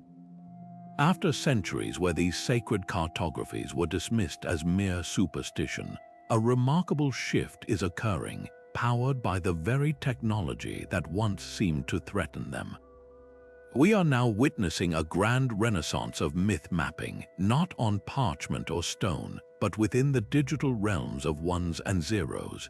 Sophisticated tools like Geographic Information Systems, or GIS, are acting as a kind of technological time machine, allowing researchers and historians to perform a form of digital archaeology on the landscape itself. By layering ancient texts, artistic depictions, and oral histories onto high-resolution satellite imagery and topographic data, they can test long-held theories about the correlation between story and soil. A team might take the detailed descriptions from Pausanias's travels through Greece and plot each sacred spring, hero's tomb, and divine grove onto a modern map of the Peloponnese, revealing astonishingly precise patterns. Suddenly, a cluster of myths around a specific mountain pass might align with evidence of an ancient landslide, suggesting the story originated as a way to explain a traumatic geological event. This isn't about proving the myths true or false. It's about understanding the deep, symbiotic relationship between human narrative and the environment that shaped it, revealing how our ancestors used story to make sense of a mysterious and often dangerous world. This digital revival is moving beyond academic circles and into the hands of the public through the powerful magic of augmented and virtual reality. Imagine standing amidst the crumbled stones of a Neolithic tomb, and through the screen of your smartphone or a set of augmented reality glasses, watching the entire structure reassemble itself before your eyes. Apps now offer precisely this experience, guiding visitors through sacred sites like Newgrange in Ireland or the Pyramids of Giza, overlaying digital reconstructions and animated myths onto the physical ruins. You don't just see a pile of rocks, you witness the burial chamber as it was meant to be seen, aligned with the winter solstice sun, and hear the story of the god or goddess to whom it was dedicated. This technology transforms a tourist from a passive observer into an active participant, literally stepping into the myth map and experiencing the sacred geography as it was intended, as a living, breathing narrative space. It's a bridge across millennia, allowing us to perceive the layers of meaning that are invisible to the naked eye, but are the very essence of these places. The implications of this technological resurrection are profound, fostering an unprecedented level of cross-cultural understanding and appreciation. Digital archives are now preserving fragile indigenous songlines and oral histories, partnering with communities to create interactive databases that protect this knowledge according to their protocols and for their future generations. A person sitting in a classroom in Tokyo can take a virtual walk through the sacred Black Hills of the Lakota people, listening to stories and understanding the deep spiritual significance of that landscape without causing any physical disruption or encroachment. This global accessibility demystifies other cultures not by stripping away their sacredness, but by providing context and depth, allowing for a respect that is based on knowledge rather than stereotype. It creates a digital commons of human myth-making, highlighting both our incredible diversity and our shared urge to find meaning in the world around us. Yet this powerful convergence of ancient tradition and cutting-edge technology also raises complex and urgent questions for the digital era. If we can so easily reconstruct the myth maps of the past, what new maps are we creating today? Our digital landscapes are already being inscribed with new kinds of myths and beliefs. The algorithms that shape our social media feeds function as a kind of invisible cartography, mapping our desires, fears, and biases onto a personalized digital territory.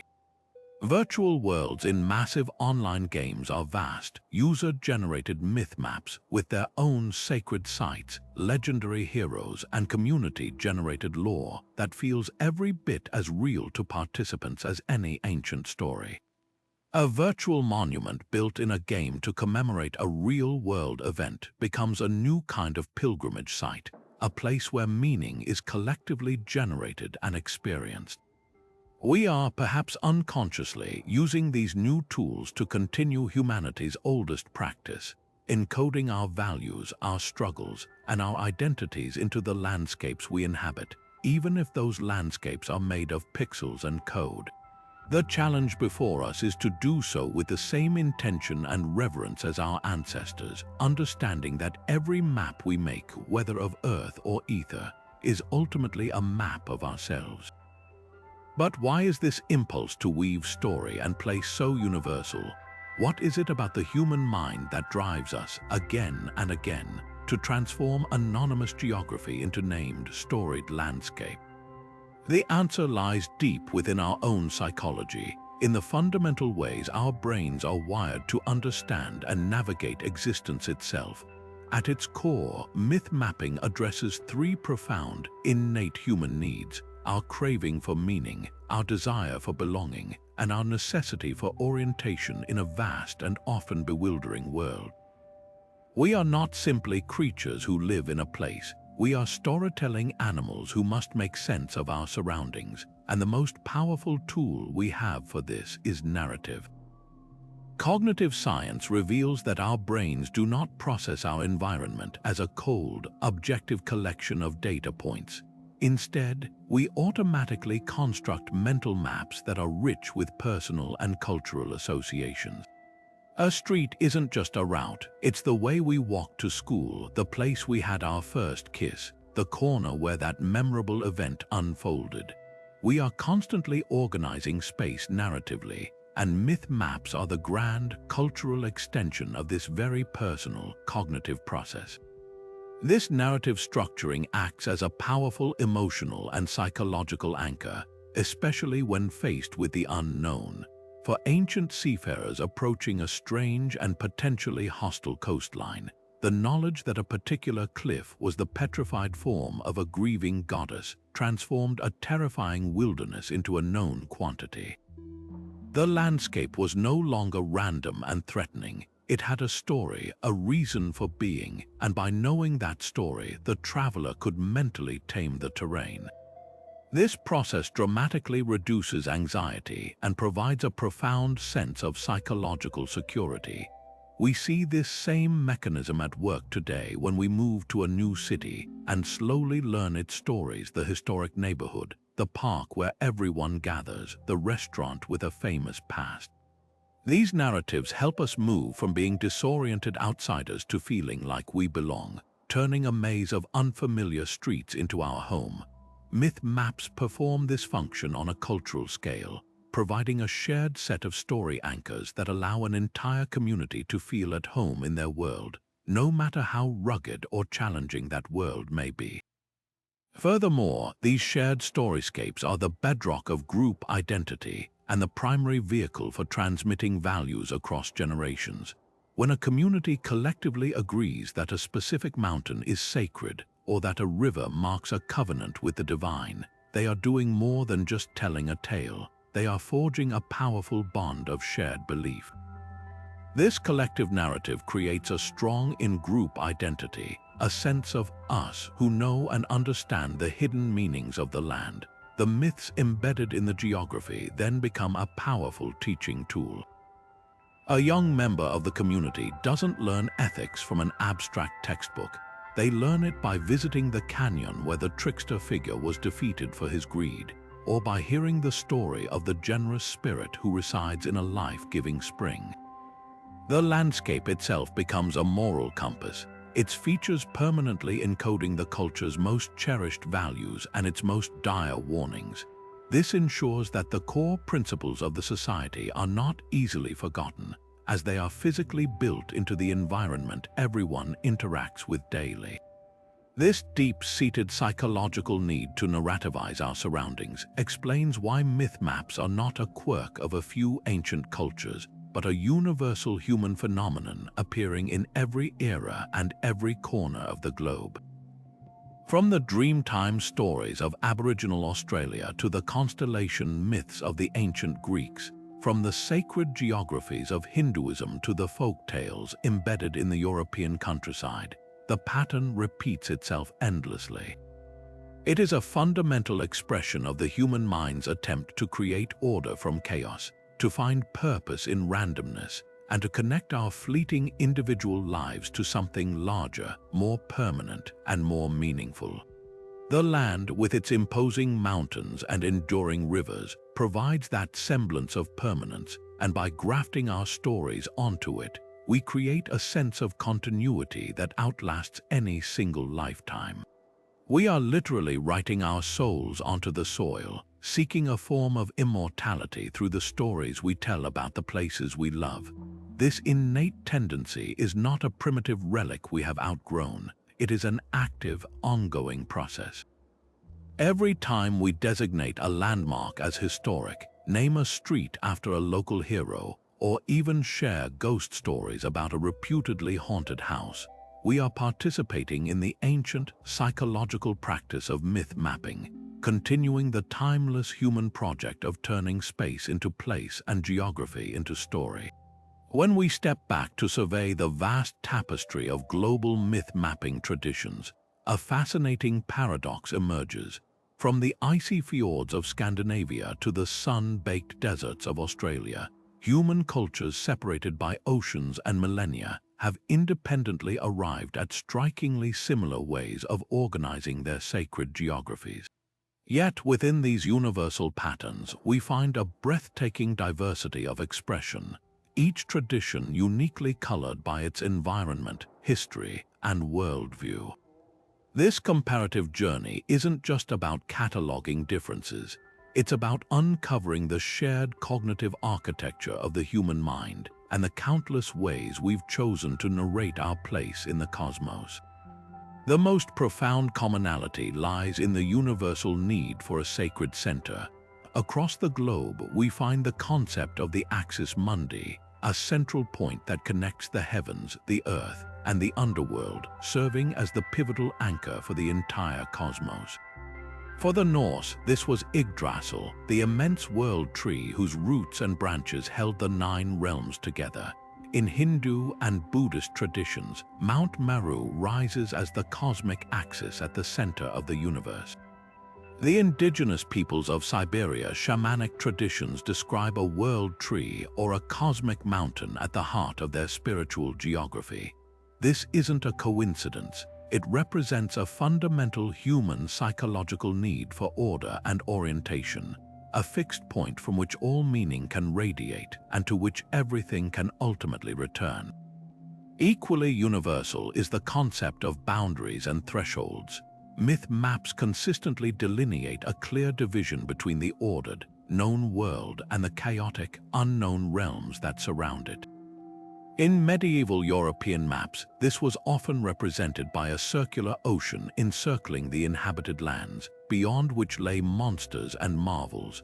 For the ancient Egyptians, the barren desert outside the Nile Valley was the domain of chaos, Set, opposed to the fertile, life-giving order of the Black Land. Australian Aboriginal songlines carefully mark the boundaries between different dreaming tracks and the territories of different language groups. These boundaries are rarely just physical, they are moral, spiritual, and cosmological. Crossing them requires special knowledge, ritual preparation, or divine assistance, turning a simple geographical transition into a profound transformation.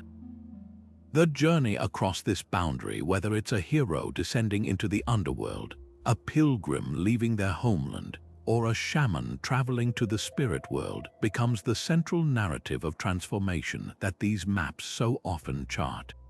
Yet for all these deep similarities, the differences in how cultures approach myth mapping are equally illuminating, revealing the distinct priorities and philosophies that shape each tradition. Western traditions, heavily influenced by the Abrahamic religions and Greco-Roman thought, often exhibit a strong preference for linear history and hierarchy. The medieval Mapamundi is a perfect example, presenting time as a straight line from the Garden of Eden at the top to the Last Judgment at the bottom, with Jerusalem as the hierarchical center of the world. This creates a cartography of progress and purpose, where geography is subservient to a divine plan unfolding through history. In stark contrast, many Eastern traditions, particularly those influenced by Hinduism, Buddhism, and Taoism, emphasize cyclicality and harmony. The world is not moving toward a final destination, but is instead engaged in endless cycles of creation, preservation, and dissolution. Chinese Feng Shui maps don't chart a linear history, but instead seek to illustrate the harmonious flow of Kai, or life force, through the landscape, aiming to align human dwellings with the natural rhythms of the cosmos. Here, the goal isn't to dominate or direct nature, but to find one's harmonious place within its eternal, cycling patterns. The contrast between indigenous and medieval European Christian mapping traditions reveals another profound divergence in purpose. Indigenous myth maps, from the Aboriginal songlines to the Navajo ceremonial charts, are deeply integrative ecological documents. They are practical guides for survival, encoding detailed knowledge about seasonal food sources, water locations, animal migration patterns, and sustainable land management practices within their sacred narratives. The story isn't separate from the ecology. It is the ecology, teaching that human survival depends on understanding and respecting these intricate natural systems. Medieval Christian maps, by contrast, are primarily soteriological, focused on salvation history. Their central purpose is to chart the soul's journey to God, not to navigate the physical world. Real geographical features are included or distorted based on their biblical significance, not their practical utility. The world is a temporary testing ground, a way station on the path to eternity, and the map's job is to keep the traveler's eyes fixed on that ultimate, heavenly destination. These comparisons are not about declaring one tradition superior to another. Instead, they offer us a richer, more nuanced understanding of the human project itself. They show us that while we all share a common impulse to make meaning of our world through story and space, the unique challenges, environments, and spiritual questions faced by each culture have led to a magnificent proliferation of answers. The hierarchical, linear map of the medieval Christian and the cyclical, harmonious map of the Taoist are both valid responses to the human condition, just as the ecologically integrated songline and the salvation-focused pilgrimage route serve different, yet equally vital human needs. By appreciating this global spectrum, we move beyond a simplistic view of myth maps as quaint antiquities and begin to see them for what they truly are: the diverse and profound legacy of humanity's endless conversation with the world we inhabit. This growing fascination with the world's sacred cartographies brings us to a crucial and deeply sensitive crossroads: one that demands we navigate with both care and conscience. The very act of looking at these maps, of studying and sharing them, is not a neutral endeavor. It raises profound ethical questions about ownership, representation, and the right to interpret a culture's most intimate narratives. When we encounter a myth map from a living tradition, we are not simply examining an artifact. We are peering into the soul of a people, and that gaze carries a significant weight of responsibility. The line between cultural appreciation and cultural appropriation can be perilously thin, defined not by our intentions but by the impact of our actions on the communities who are the rightful guardians of these stories. This is especially pressing for indigenous communities worldwide, whose sacred geographies have historically been mapped, claimed, and often erased by colonial powers. For them, a myth map is not a fantasy. It is a living deed to their homeland, a repository of law, and a covenant with their ancestors. To have that commercially exploited, misinterpreted, or stripped of its context by outsiders is not just an intellectual offense, it is a continuation of a long history of spiritual and territorial dispossession. The core of ethical engagement lies in a fundamental shift from a mindset of extraction to one of relationship. It begins with the recognition of cultural ownership. This means understanding that a story about a sacred mountain does not belong to the world. It belongs to the specific people for whom that mountain is a relative. This ownership implies that permission is not a courtesy but a prerequisite. Before sharing a narrative, reproducing an image, or developing a project based on an indigenous myth map, there is an essential duty to seek consent from the recognized cultural authorities within that community. This process can be complex, as it requires identifying the legitimate stewards of that knowledge, which may be elders, cultural committees, or specific clans, rather than simply any individual from that background. It also involves accepting that the answer may be no. Some knowledge is deemed sacred and secret for a reason, meant only for initiated members of the community as part of their spiritual practice. Respecting that boundary is a non-negotiable aspect of ethical behavior, acknowledging that some maps are meant to be experienced through ceremony and Chinese letter, or oral transmission, rather than exposed in a museum display or a YouTube video. Furthermore, ethical sharing is inextricably linked to accurate and generous context. Pulling a symbol from a Navajo sand painting or a story from an Aboriginal songline and repurposing it as a decorative element or a generic spiritual lesson is a form of distortion. It severs the narrative from its ecological, historical, and ritual roots, rendering it a hollow shell. True appreciation demands that we act not as curators but as conduits, always striving to share the story with its context intact. This means crediting the specific nation or culture from which it comes, explaining its true significance within that worldview, and ideally, allowing members of that community to tell their own stories in their own words. Collaboration is the golden key here. The most respectful and powerful projects are those developed in partnership with cultural insiders, ensuring that the narrative remains authentic, that any benefits are shared equitably, and that the final product serves the community's own goals of cultural preservation and education, not just external curiosity. Ultimately, engaging with myth maps ethically is an exercise in humility. It requires us to quiet our own desire for possession and understanding and to listen first. It asks us to acknowledge that we are guests in a narrative landscape that is not our own.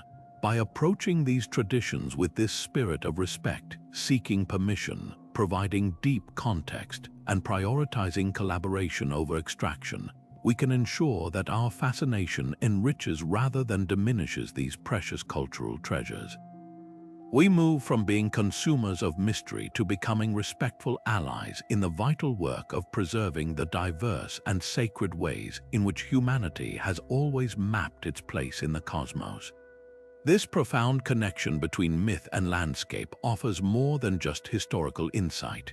It provides a vital, living blueprint for one of the most pressing challenges of our time: environmental conservation. At their heart, many of these ancient sacred geographies encode a deep ecological wisdom, a worldview that sees the natural world not as a collection of inert resources to be managed and extracted, but as a community of living, sentient beings to be respected and engaged with through relationship. This isn't a primitive anthropomorphism, but a sophisticated philosophical stance that recognizes the interdependence of all life and the moral responsibility that comes with it. In an era of climate change and mass extinction, these myth maps offer a powerful, forgotten language for rekindling a sense of reverence and duty toward the earth, moving beyond dry statistics and dire warnings to touch the deeper cultural and spiritual values that truly motivate human behavior. Consider the enduring reverence for rivers in Hindu tradition, where the Ganges is not merely a body of water but the goddess Ganga, descended from heaven to purify the earth and her people. This isn't a casual metaphor, it is a foundational belief that shapes daily practice. Millions of devotees do not see themselves as using the river, but as interacting with a divine entity. The act of bathing is one of spiritual purification, and the release of ashes is a sacred return to a motherly force. This mythic framing creates a powerful, intrinsic motivation for protection that transcends environmental regulations. Polluting the Ganga is not just breaking a law, it is desecrating a goddess, offending a mother. This deep-seated cultural imperative has been a cornerstone of conservation efforts in India, providing a potent rallying cry for activists and a compelling reason for communities to oppose industrial pollution and unsustainable practices. The river's health is directly tied to cultural and spiritual well-being, creating a holistic imperative for care that legal or economic arguments alone cannot match.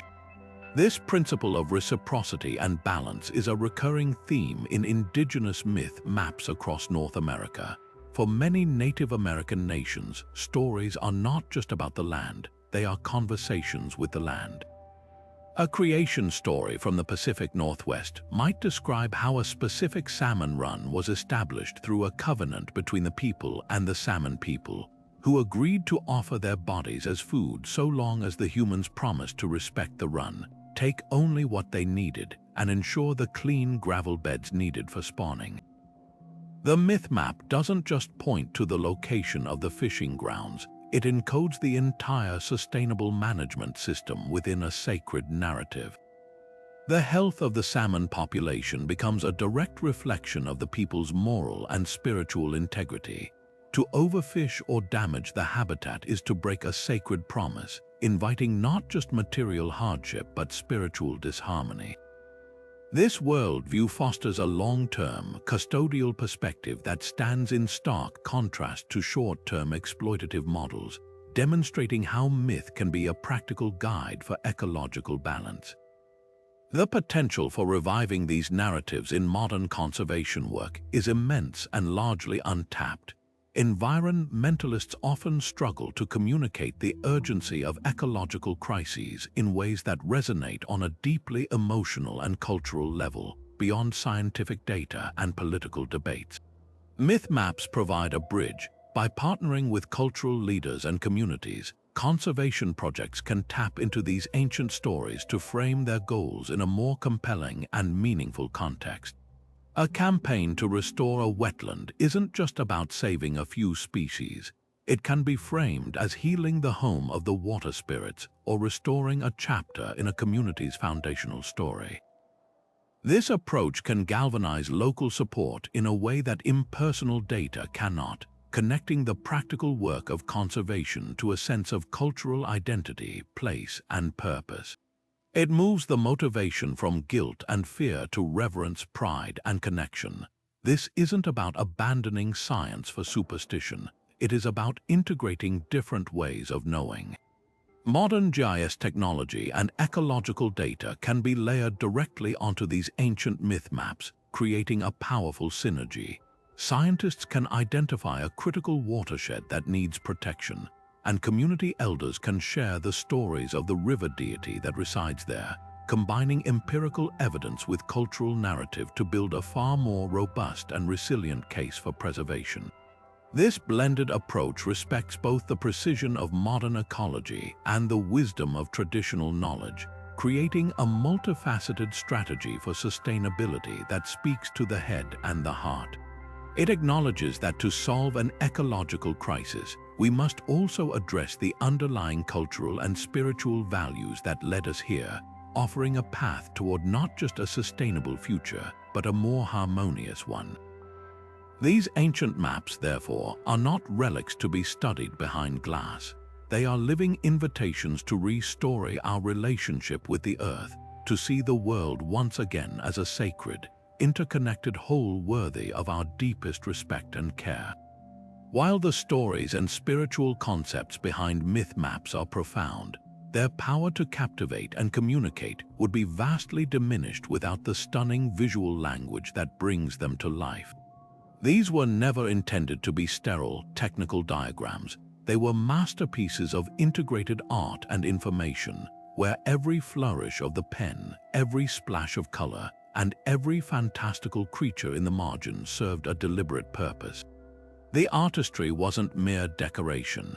It was the very medium through which the map's deeper truths were conveyed, transforming a practical object into a portal to another way of seeing the world. This fusion of cartography and creative expression elevated these documents from simple guides into immersive experiences that engaged the heart and the imagination as much as the mind, ensuring their messages were not just understood but felt and remembered. Consider the breathtaking detail of a medieval European Mapamundi, like the famous example in Hereford Cathedral. The parchment is alive with a vibrant bestiary of creatures both real and imagined. In the distant corners of Asia, you might find the Cyapods, strange men with a single gigantic foot they used for shade, while the edges of the map teem with sea serpents and mermaids. These weren't random flights of fancy or signs of geographical ignorance. Each creature was a carefully placed symbol. A monster drawn in the ocean represented the very real perils and unknown horrors of sea travel, a warning to any would-be navigator. An illustration of a distant tribe of dog-headed men, known as Cynosphali, wasn't meant to be a factual account but a way of conceptualizing radical cultural difference, marking the boundaries of the known, civilized world. Alongside these wonders, the maps are crowded with vivid biblical tableaus: Noah's Ark resting on the mountains of Ararat, the crucifixion outside Jerusalem, the Garden of Eden at the world's edge. This visual storytelling collapsed time itself, placing sacred history and contemporary geography on the same plane, allowing the viewer to see their present reality as a direct continuation of divine narrative. The map became a single, unified image of all creation, from its beginning to its prophesied end. This sophisticated use of visual metaphor is a global phenomenon, though expressed through vastly different artistic traditions.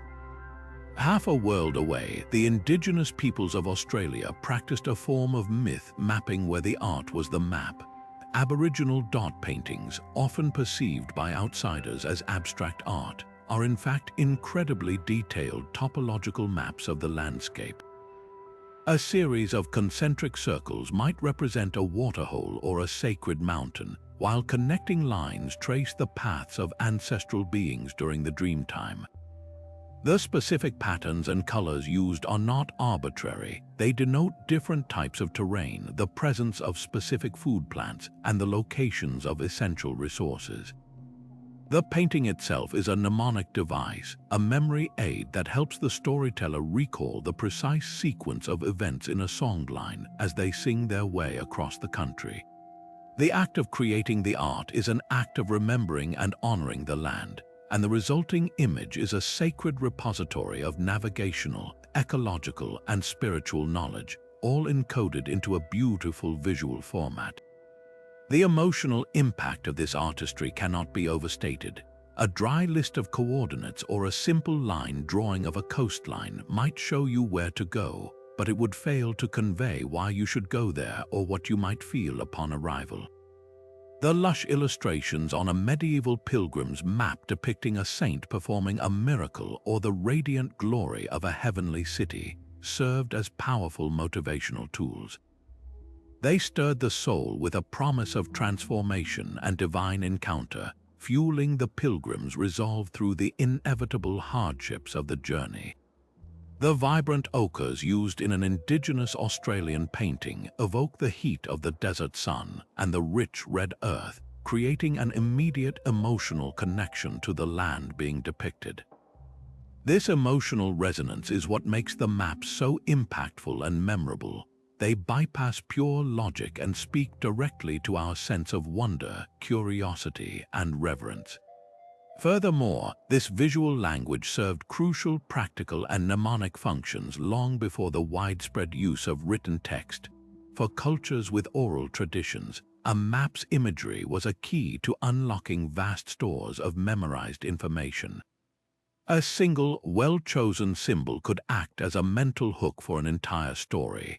On a Navajo sand painting used in a healing ceremony, a specific zigzag pattern might instantly recall the story of the hero twins and their journey to learn magic from the Spider Woman. For a European monk studying a Mapamundi, the illustration of an elephant with a castle on its back didn't just mark the location of India. It triggered memories of reading about Alexander the Great's campaigns and the exotic wonders of the East. The art made complex cosmologies and long narratives portable, transmissible, and accessible. It ensured that even those who could not read could still read the map, understanding its essential messages through a universal vocabulary of symbol and form. This incredible diversity of artistic expression, from the intricate illuminations of medieval monks to the symbolic dot work of Aboriginal elders, reveals a universal truth about human cognition. We are visual storytellers. We understand and remember complex ideas best when they are attached to a powerful image. The artistry of myth maps reminds us that the impulse to create beauty is inseparable from the impulse to create meaning. These maps stand as a testament to the fact that the most accurate representation of a place often requires more than just geographical precision. It demands an artistic soul capable of capturing its spirit, its stories, and its significance in the grand tapestry of existence. They prove that to truly know a place, we must sometimes be willing to draw the monsters that might live there and paint the gods that surely do. Nowhere is the power of the myth map more immediate and personally felt than in the daily lives of the world's faithful, where abstract belief is given direction, dimension, and a destination through the profound practice of sacred geography. Religions across the globe have masterfully used these spiritual cartographies to transform the entire planet into a structured landscape of devotion, where every action, from the most intimate prayer to the most arduous journey, is oriented within a cosmic framework. This process of spatializing faith takes the immense, often intangible concepts of doctrine and makes them astonishingly concrete, offering a physical path for the believer to walk, a tangible focus for their devotion, and a powerful sense of shared location within a global community of spirit. It is here, in the rhythm of daily ritual and the epic scale of pilgrimage, that myth maps cease to be abstract concepts and become the very architecture of religious experience. Consider the elegant and powerful simplicity of the Qibla in Islam. This is not merely a suggestion but a fundamental unifying axis that connects every Muslim on earth to a single, sacred point in space, the Kaaba in Mecca. From the moment a Muslim learns to pray, they are also learning to orient themselves within this vast, invisible global network.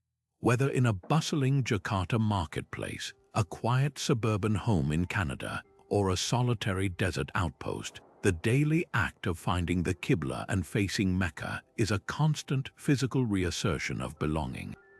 It is a bodily discipline that maps individual devotion onto a collective spiritual geography, creating a silent, synchronized unity across continents and cultures.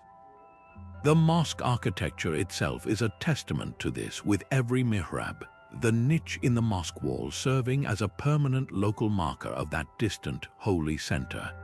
This practice transforms the entire world into a series of concentric circles radiating from Mecca, making every prayer rug a miniature map and every worshipper a living compass needle, all pointing toward the heart of their faith. It is a myth map of breathtaking efficiency and profound beauty, creating a global community through a shared direction of prayer. Hinduism offers a different but equally profound model with its ancient concept of tirthas, or sacred fords. A tirtha is far more than a picturesque bathing spot.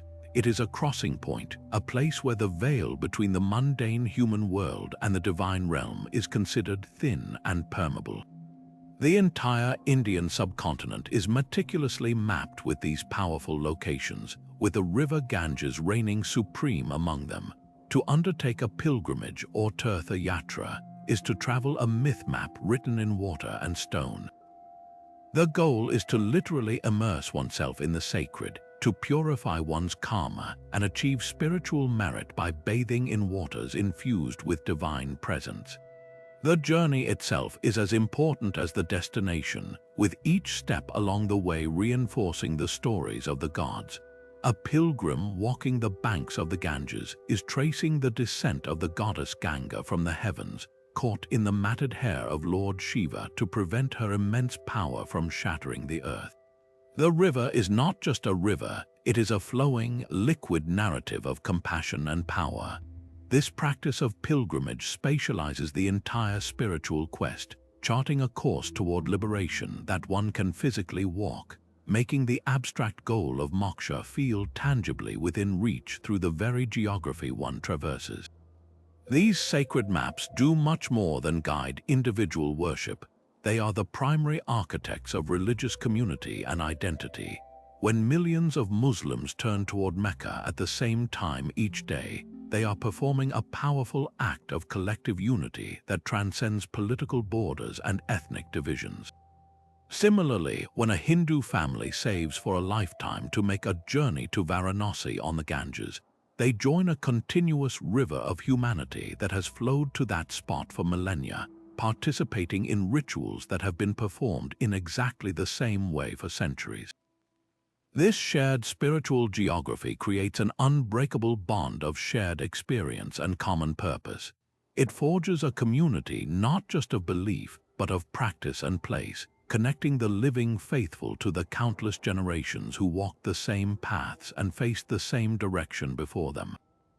The map becomes a chronicle of belonging, a way of inscribing a people's identity directly onto the land itself, ensuring that their faith is not an isolated internal state, but a collective journey through a commonly understood and revered landscape.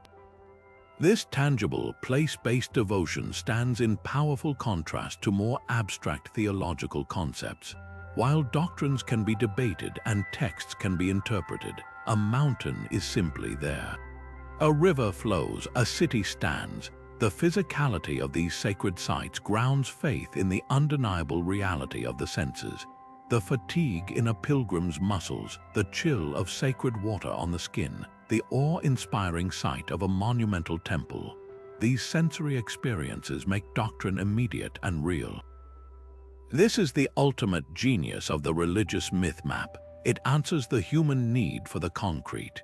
It provides a place to go, a direction to face, and a physical act to perform, translating the vast and often overwhelming concepts of the divine into a manageable, personal, and profoundly moving encounter with the sacred, right here on the ground beneath our feet.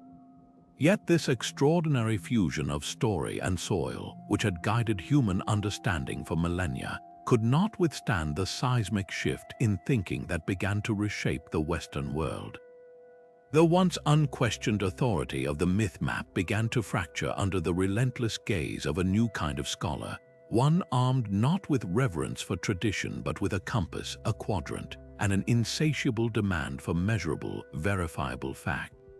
The catalyst for this great unraveling was the Enlightenment, an intellectual revolution that championed reason as the supreme source of legitimacy and authority.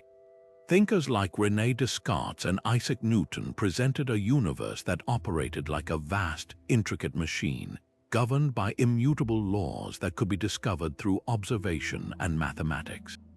In this new clockwork cosmos, there was little room for river goddesses, world trees, or the dwelling places of saints.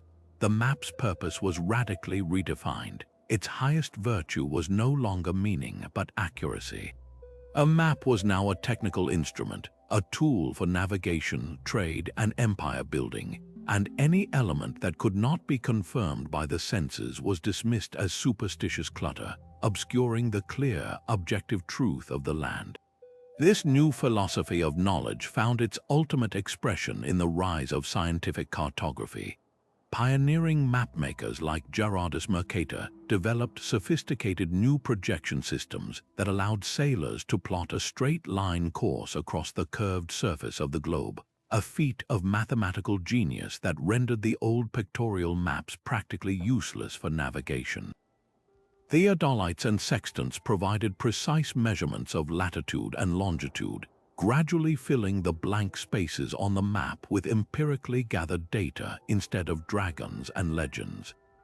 The great age of exploration was fueled by these new, accurate maps, which guided ships to new continents and back again with a reliability that the old Mapamundi could never offer.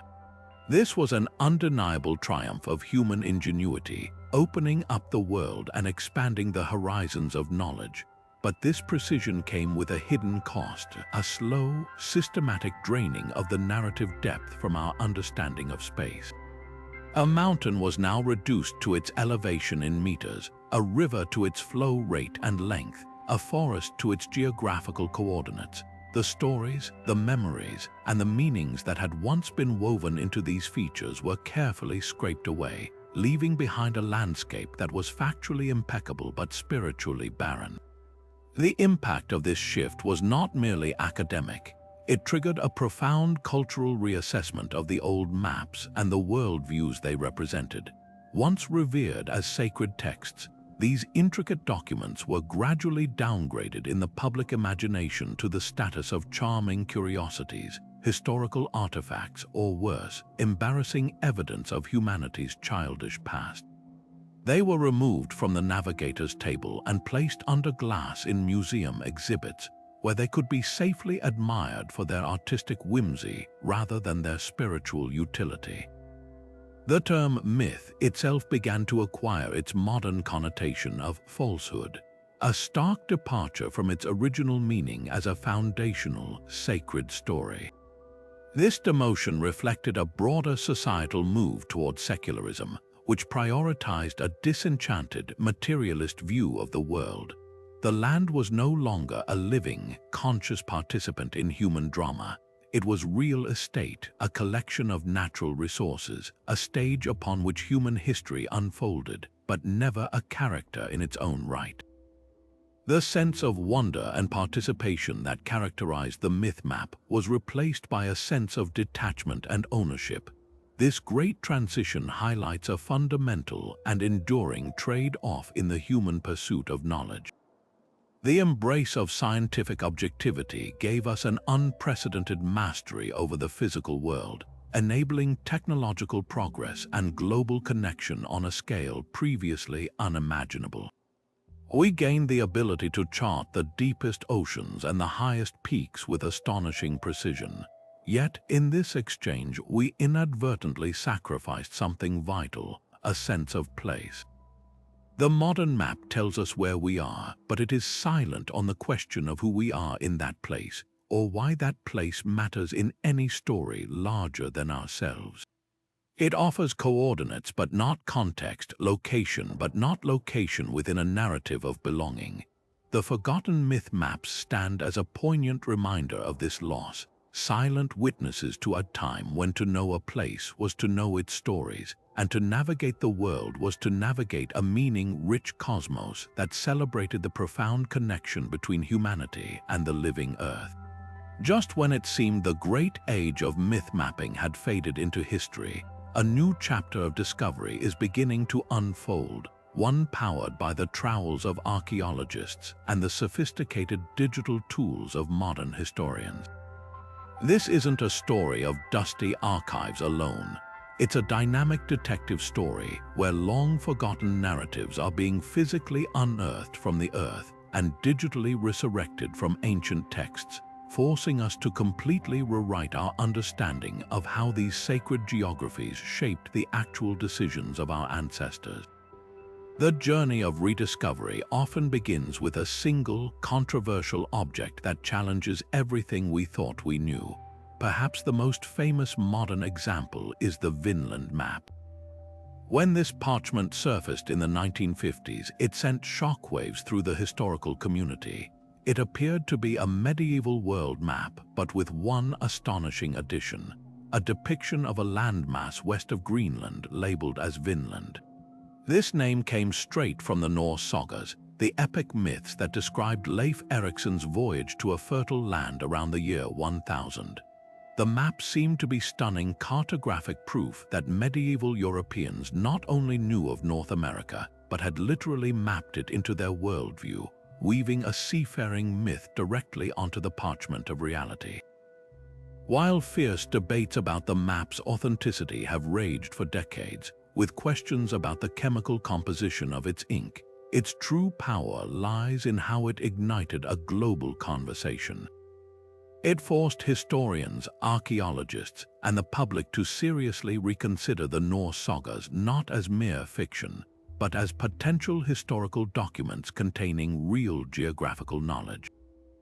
This controversy directly fueled the archaeological search for a Norse presence in North America, which was triumphantly confirmed with the excavation of the Viking settlement at Elance Orks Meadows in Newfoundland in the 1960s. The myth, in a very real sense, led to the map which then guided the spade to the truth. Beyond the thrill of such singular discoveries, a quieter, more systematic revolution is underway in university labs and research centers around the globe. Historians and philologists are now re-examining ancient texts with a fresh perspective, no longer dismissing their mythological elements as charming nonsense, but instead reading them as complex cultural codes. They are cross-referencing these stories with geological data, climatic records, and archaeological findings, uncovering a startling layer of practical wisdom embedded within the fantastical tales. For instance, the seemingly bizarre descriptions of the entrance to the Greek underworld being found in a specific volcanic lake might be read as a mythological encoding of very real and terrifying seismic activity in the region.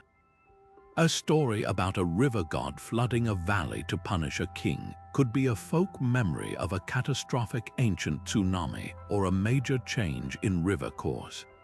By treating these myth maps as sophisticated cultural responses to real environmental events, scholars are recovering a lost history of human adaptation and observation. These narratives are now understood as vital survival tools, preserving critical knowledge about drought cycles, volcanic eruptions, and fertile hunting grounds across generations in a memorable, story-based format. This new interpretive lens transforms these documents from curious artifacts into invaluable records of how ancient peoples perceived, interacted with, and remembered their ever-changing environment. The most visually stunning aspect of this rediscovery comes from the digital realm, where technology is allowing us to see ancient myth maps not as they appear on parchment, but as they were experienced in three-dimensional space. Archaeologists and digital artists are now using laser scanning, ground-penetrating radar, and advanced software to create breathtaking virtual reconstructions of ancient cities. And what they are finding consistently confirms that urban planning was deeply intertwined with sacred cartography. The layout of an Egyptian temple complex isn't just architecturally impressive, It's a precise stone model of the Egyptian cosmos, with its axial corridors representing the path of the sun god Ra. Digital models of Mesoamerican cities like Teotihuacan reveal that its entire grid, with the Street of the Dead leading to the Pyramid of the Moon, is meticulously aligned with celestial phenomena such as the Pleiades star cluster sacred to its builders. These digital recreations allow us to literally fly through a myth map, to experience the overwhelming psychological impact of walking a processional way designed to make a worshipper feel like they were ascending from the human world to the realm of the gods. This technology is proving that the most enduring and powerful myth maps were never drawn on paper at all. They were built into the very streets and stones of cities, guiding the footsteps and the spirits of everyone who lived within them every single day. This grand project of recovery is doing far more than just filling in blanks in our history books. It is fundamentally changing our comprehension of the past by revealing the invisible forces that guided it.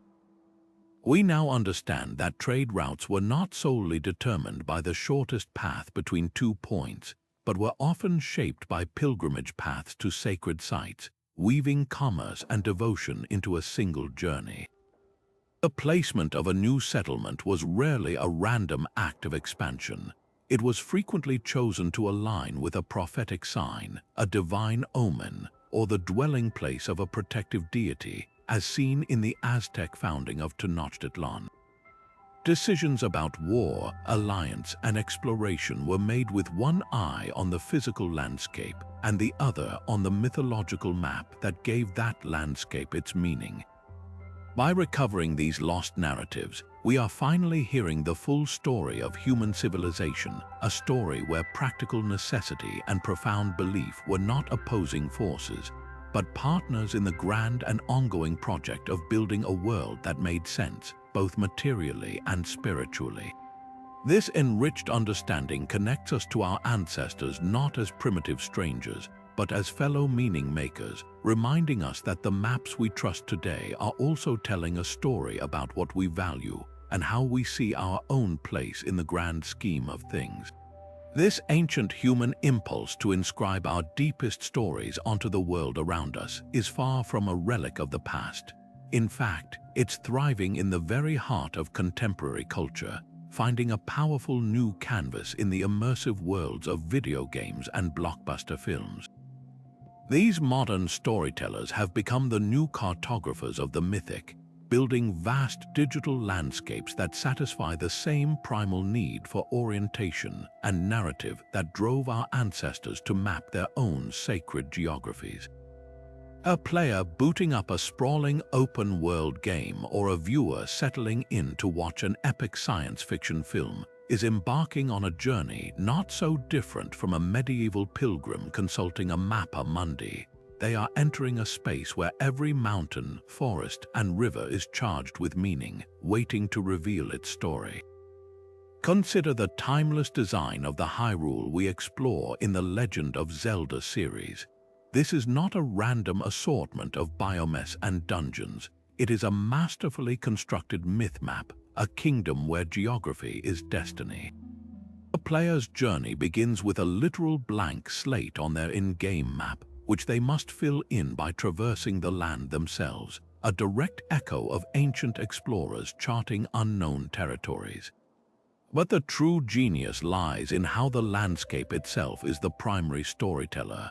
The volcanic peak of Death Mountain isn't just a challenging area with high temperatures. It is the sacred domain of the Gorons, a people who embody strength and resilience. The watery expanse of Lake Hylia holds the key to the ancient water temple, its very presence a puzzle tied to the lore of the Zora people and their guardianship of the realm.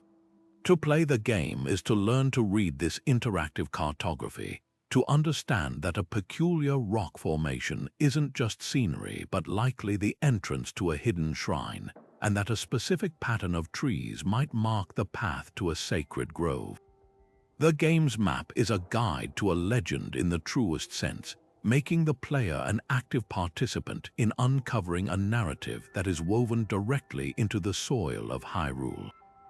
This tradition of deep world building extends brilliantly into the realm of cinema, where directors craft entire planets that function as cohesive mythic ecosystems. James Cameron's Avatar presents Pandora not as a mere setting, but as a living, breathing character whose biology is its spirituality. The floating Hallelujah Mountains are not just a stunning visual effect. They are explained within the film's lore as pieces of the planet's magnetic landscape, and they are sacred to the Na'vi, serving as both a place of pilgrimage and a crucial strategic stronghold. The immense Tree of Souls is the ultimate axis mundi for the Na'vi people, a biological and neural network center that connects them to their ancestors and to the planetary consciousness of Iowa itself. To attack this tree is not just an act of war, it is a profound sacrilege, a desecration of their world's most sacred site. The film's conflict is therefore not just over resources, but over two completely incompatible ways of mapping the same space. One side sees a world of quantifiable materials to be extracted, while the other lives within a world of interconnected stories and spiritual relationships. Pandora is a modern myth map of breathtaking detail, arguing for a world view where the landscape is not a resource but a relative. These digital and cinematic realms tap directly into the same core psychological desires that ancient myth maps addressed: the deep-seated human need for belonging and the comfort of finding our place within a larger, meaningful narrative.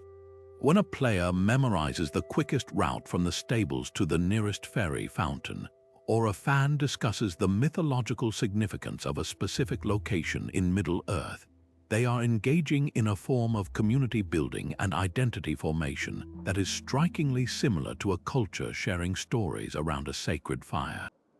The lore becomes a shared language, the map a common text.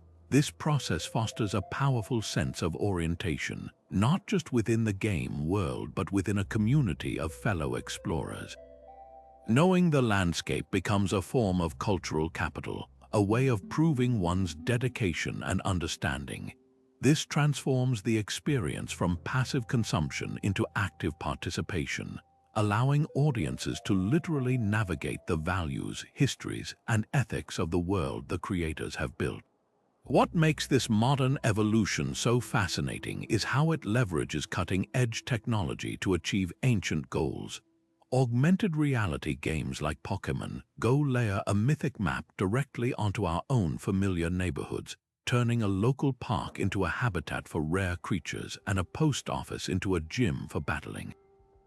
This effectively re-enchants the modern world, encouraging players to see their own environment with fresh, wonder-filled eyes and to interact with their community in new ways.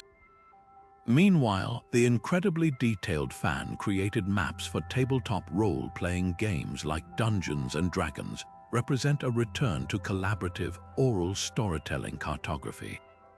A dungeon master doesn't just draw a continent, they populate it with histories of fallen empires that explain why a forest is cursed, or create cultural practices for a mountain-dwelling clan that dictate how they interact with the stone giants believed to slumber within the peaks.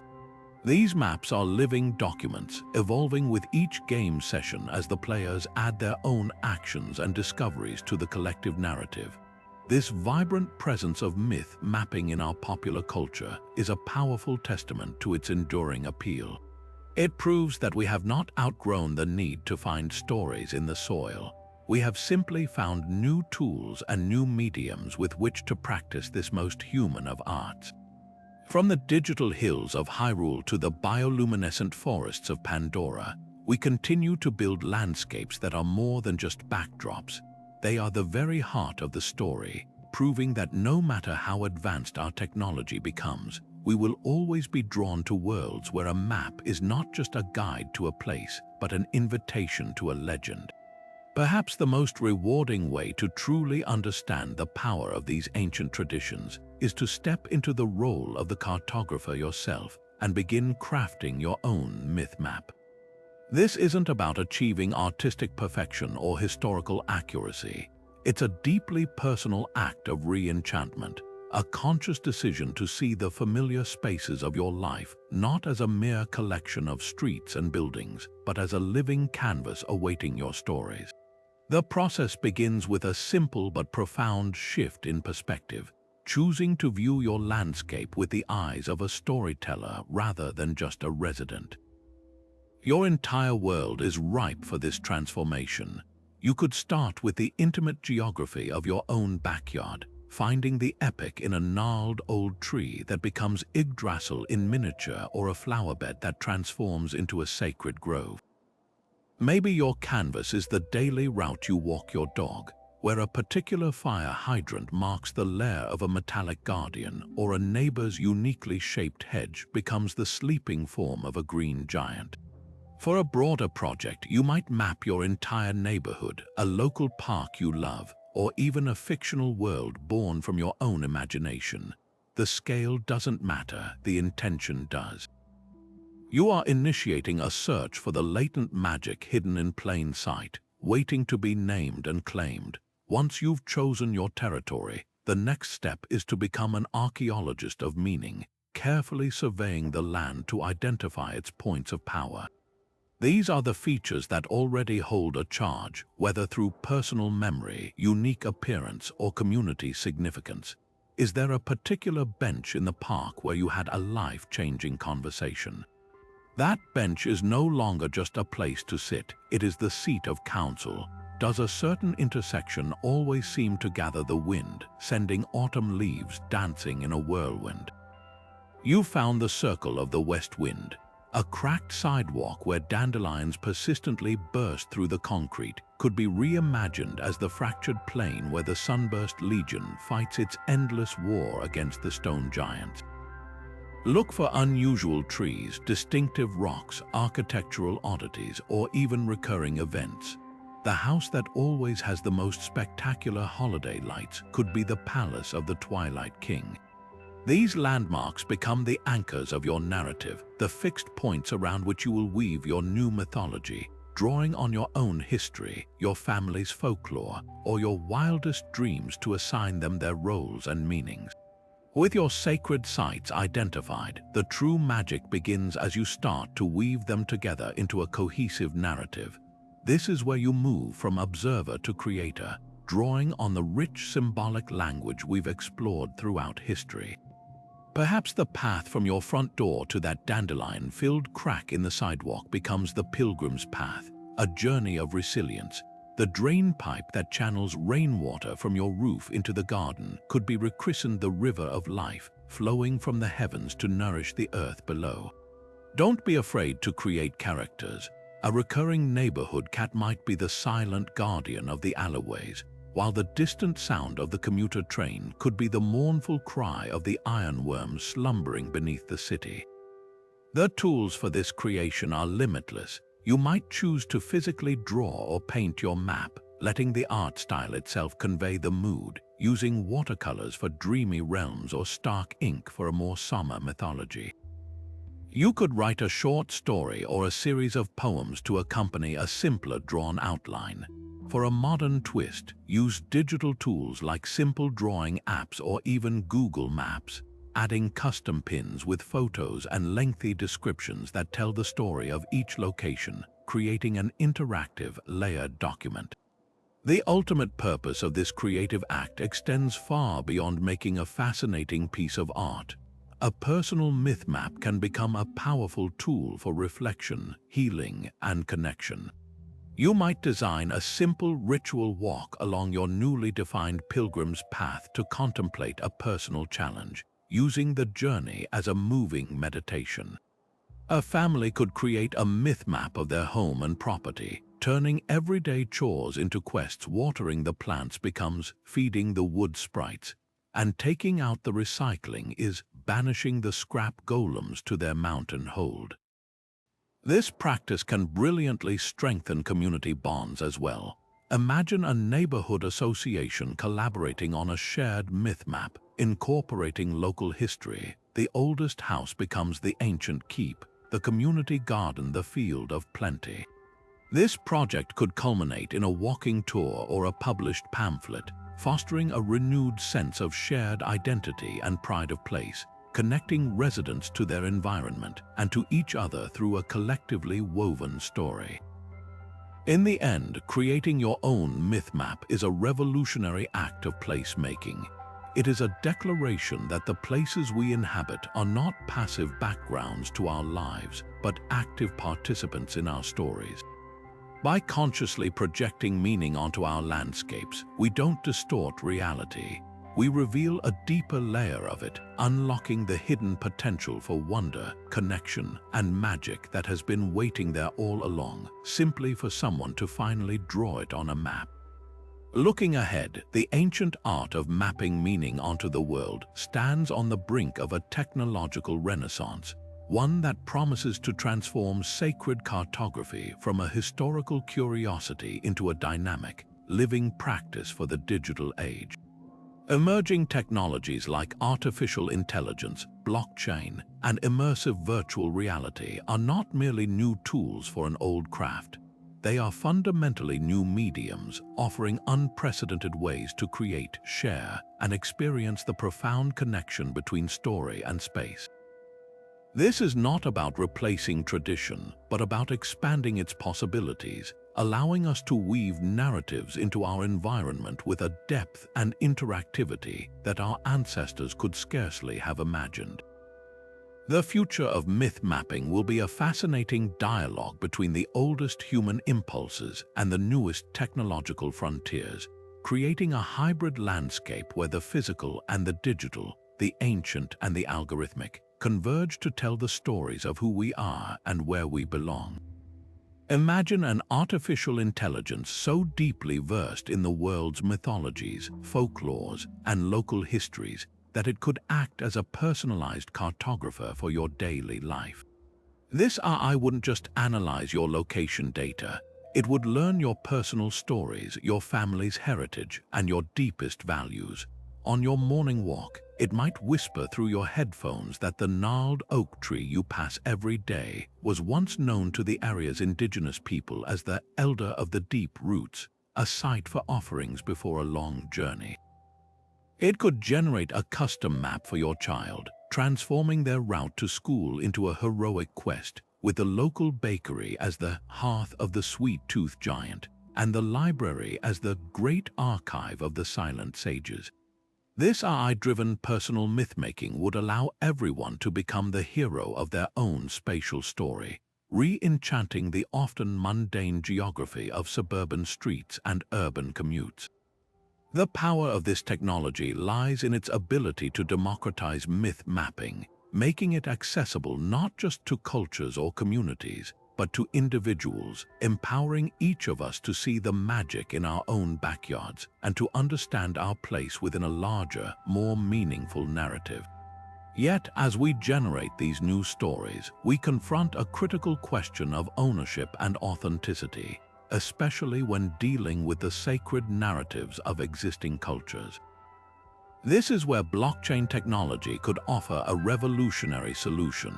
By creating an immutable, transparent ledger of cultural intellectual property, blockchain could provide a mechanism for indigenous and traditional communities to officially claim ownership of their stories, symbols, and sacred geographies.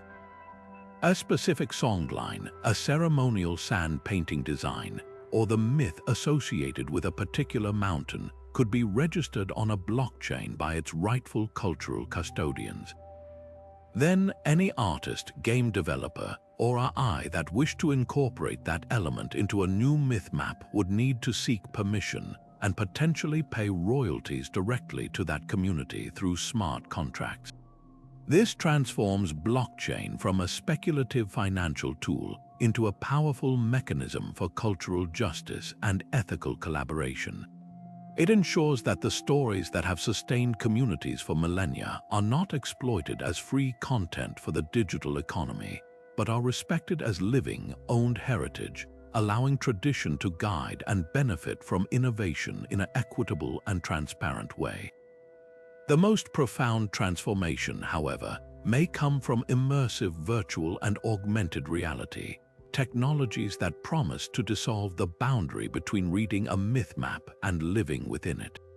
Picture donning a VR headset and not just seeing, but truly walking the Shikoku Henro pilgrimage in Japan, feeling the virtual sun on your skin and the weight of a digital pack on your shoulders, while hearing the chant of monks at each of the 88 temples.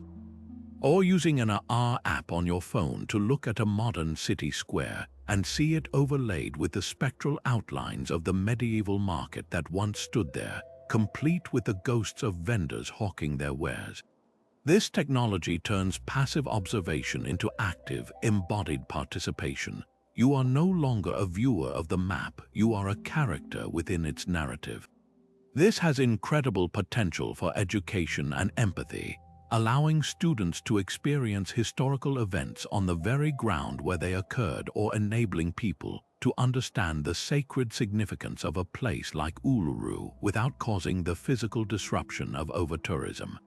VR and AR can become empathy machines for place, fostering a deeper, more visceral understanding of how stories are literally grounded in the landscape. These dazzling advancements inevitably cast long shadows of ethical and philosophical challenges that we must navigate with care. If an AI can generate a compelling myth for any location, how do we discern between a meaningful narrative and a clever but hollow fabrication? Does the proliferation of personalized myths risk further fragmenting our already divided sense of shared reality? Or could it help us appreciate the multitude of perspectives that can coexist in a single place? And while VR can provide access, can a digitally simulated experience ever capture the true spiritual gravity and physical hardship of a pilgrimage? Or does it risk reducing sacred journeys to mere entertainment, a form of spiritual tourism devoid of sacrifice? The most pressing challenge will be to ensure that these technologies serve to amplify authentic voices and deepen genuine connection, rather than simply creating a more sophisticated layer of distraction from the physical world they seek to represent. The future of myth mapping, therefore, lies not in choosing between the ancient and the algorithmic, but in finding a wise and respectful synthesis. The most powerful applications will be those developed in close partnership with cultural elders, historians, and storytellers, ensuring that technology acts as a bridge to understanding rather than a bulldozer that flattens nuance.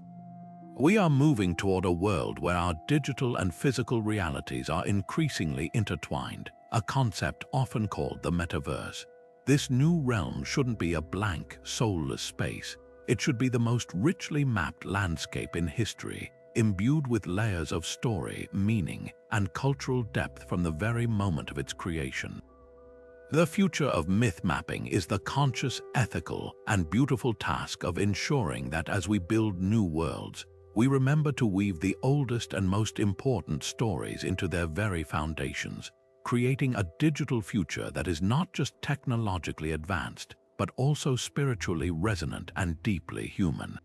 Myth maps ultimately reveal a profound truth about our species. We are not passive inhabitants of space, but active participants in its creation. We have always looked upon a mountain and seen more than rock. We have seen a throne for a god. We have gazed at a river and perceived more than water. We have witnessed the flowing path of a creator's journey.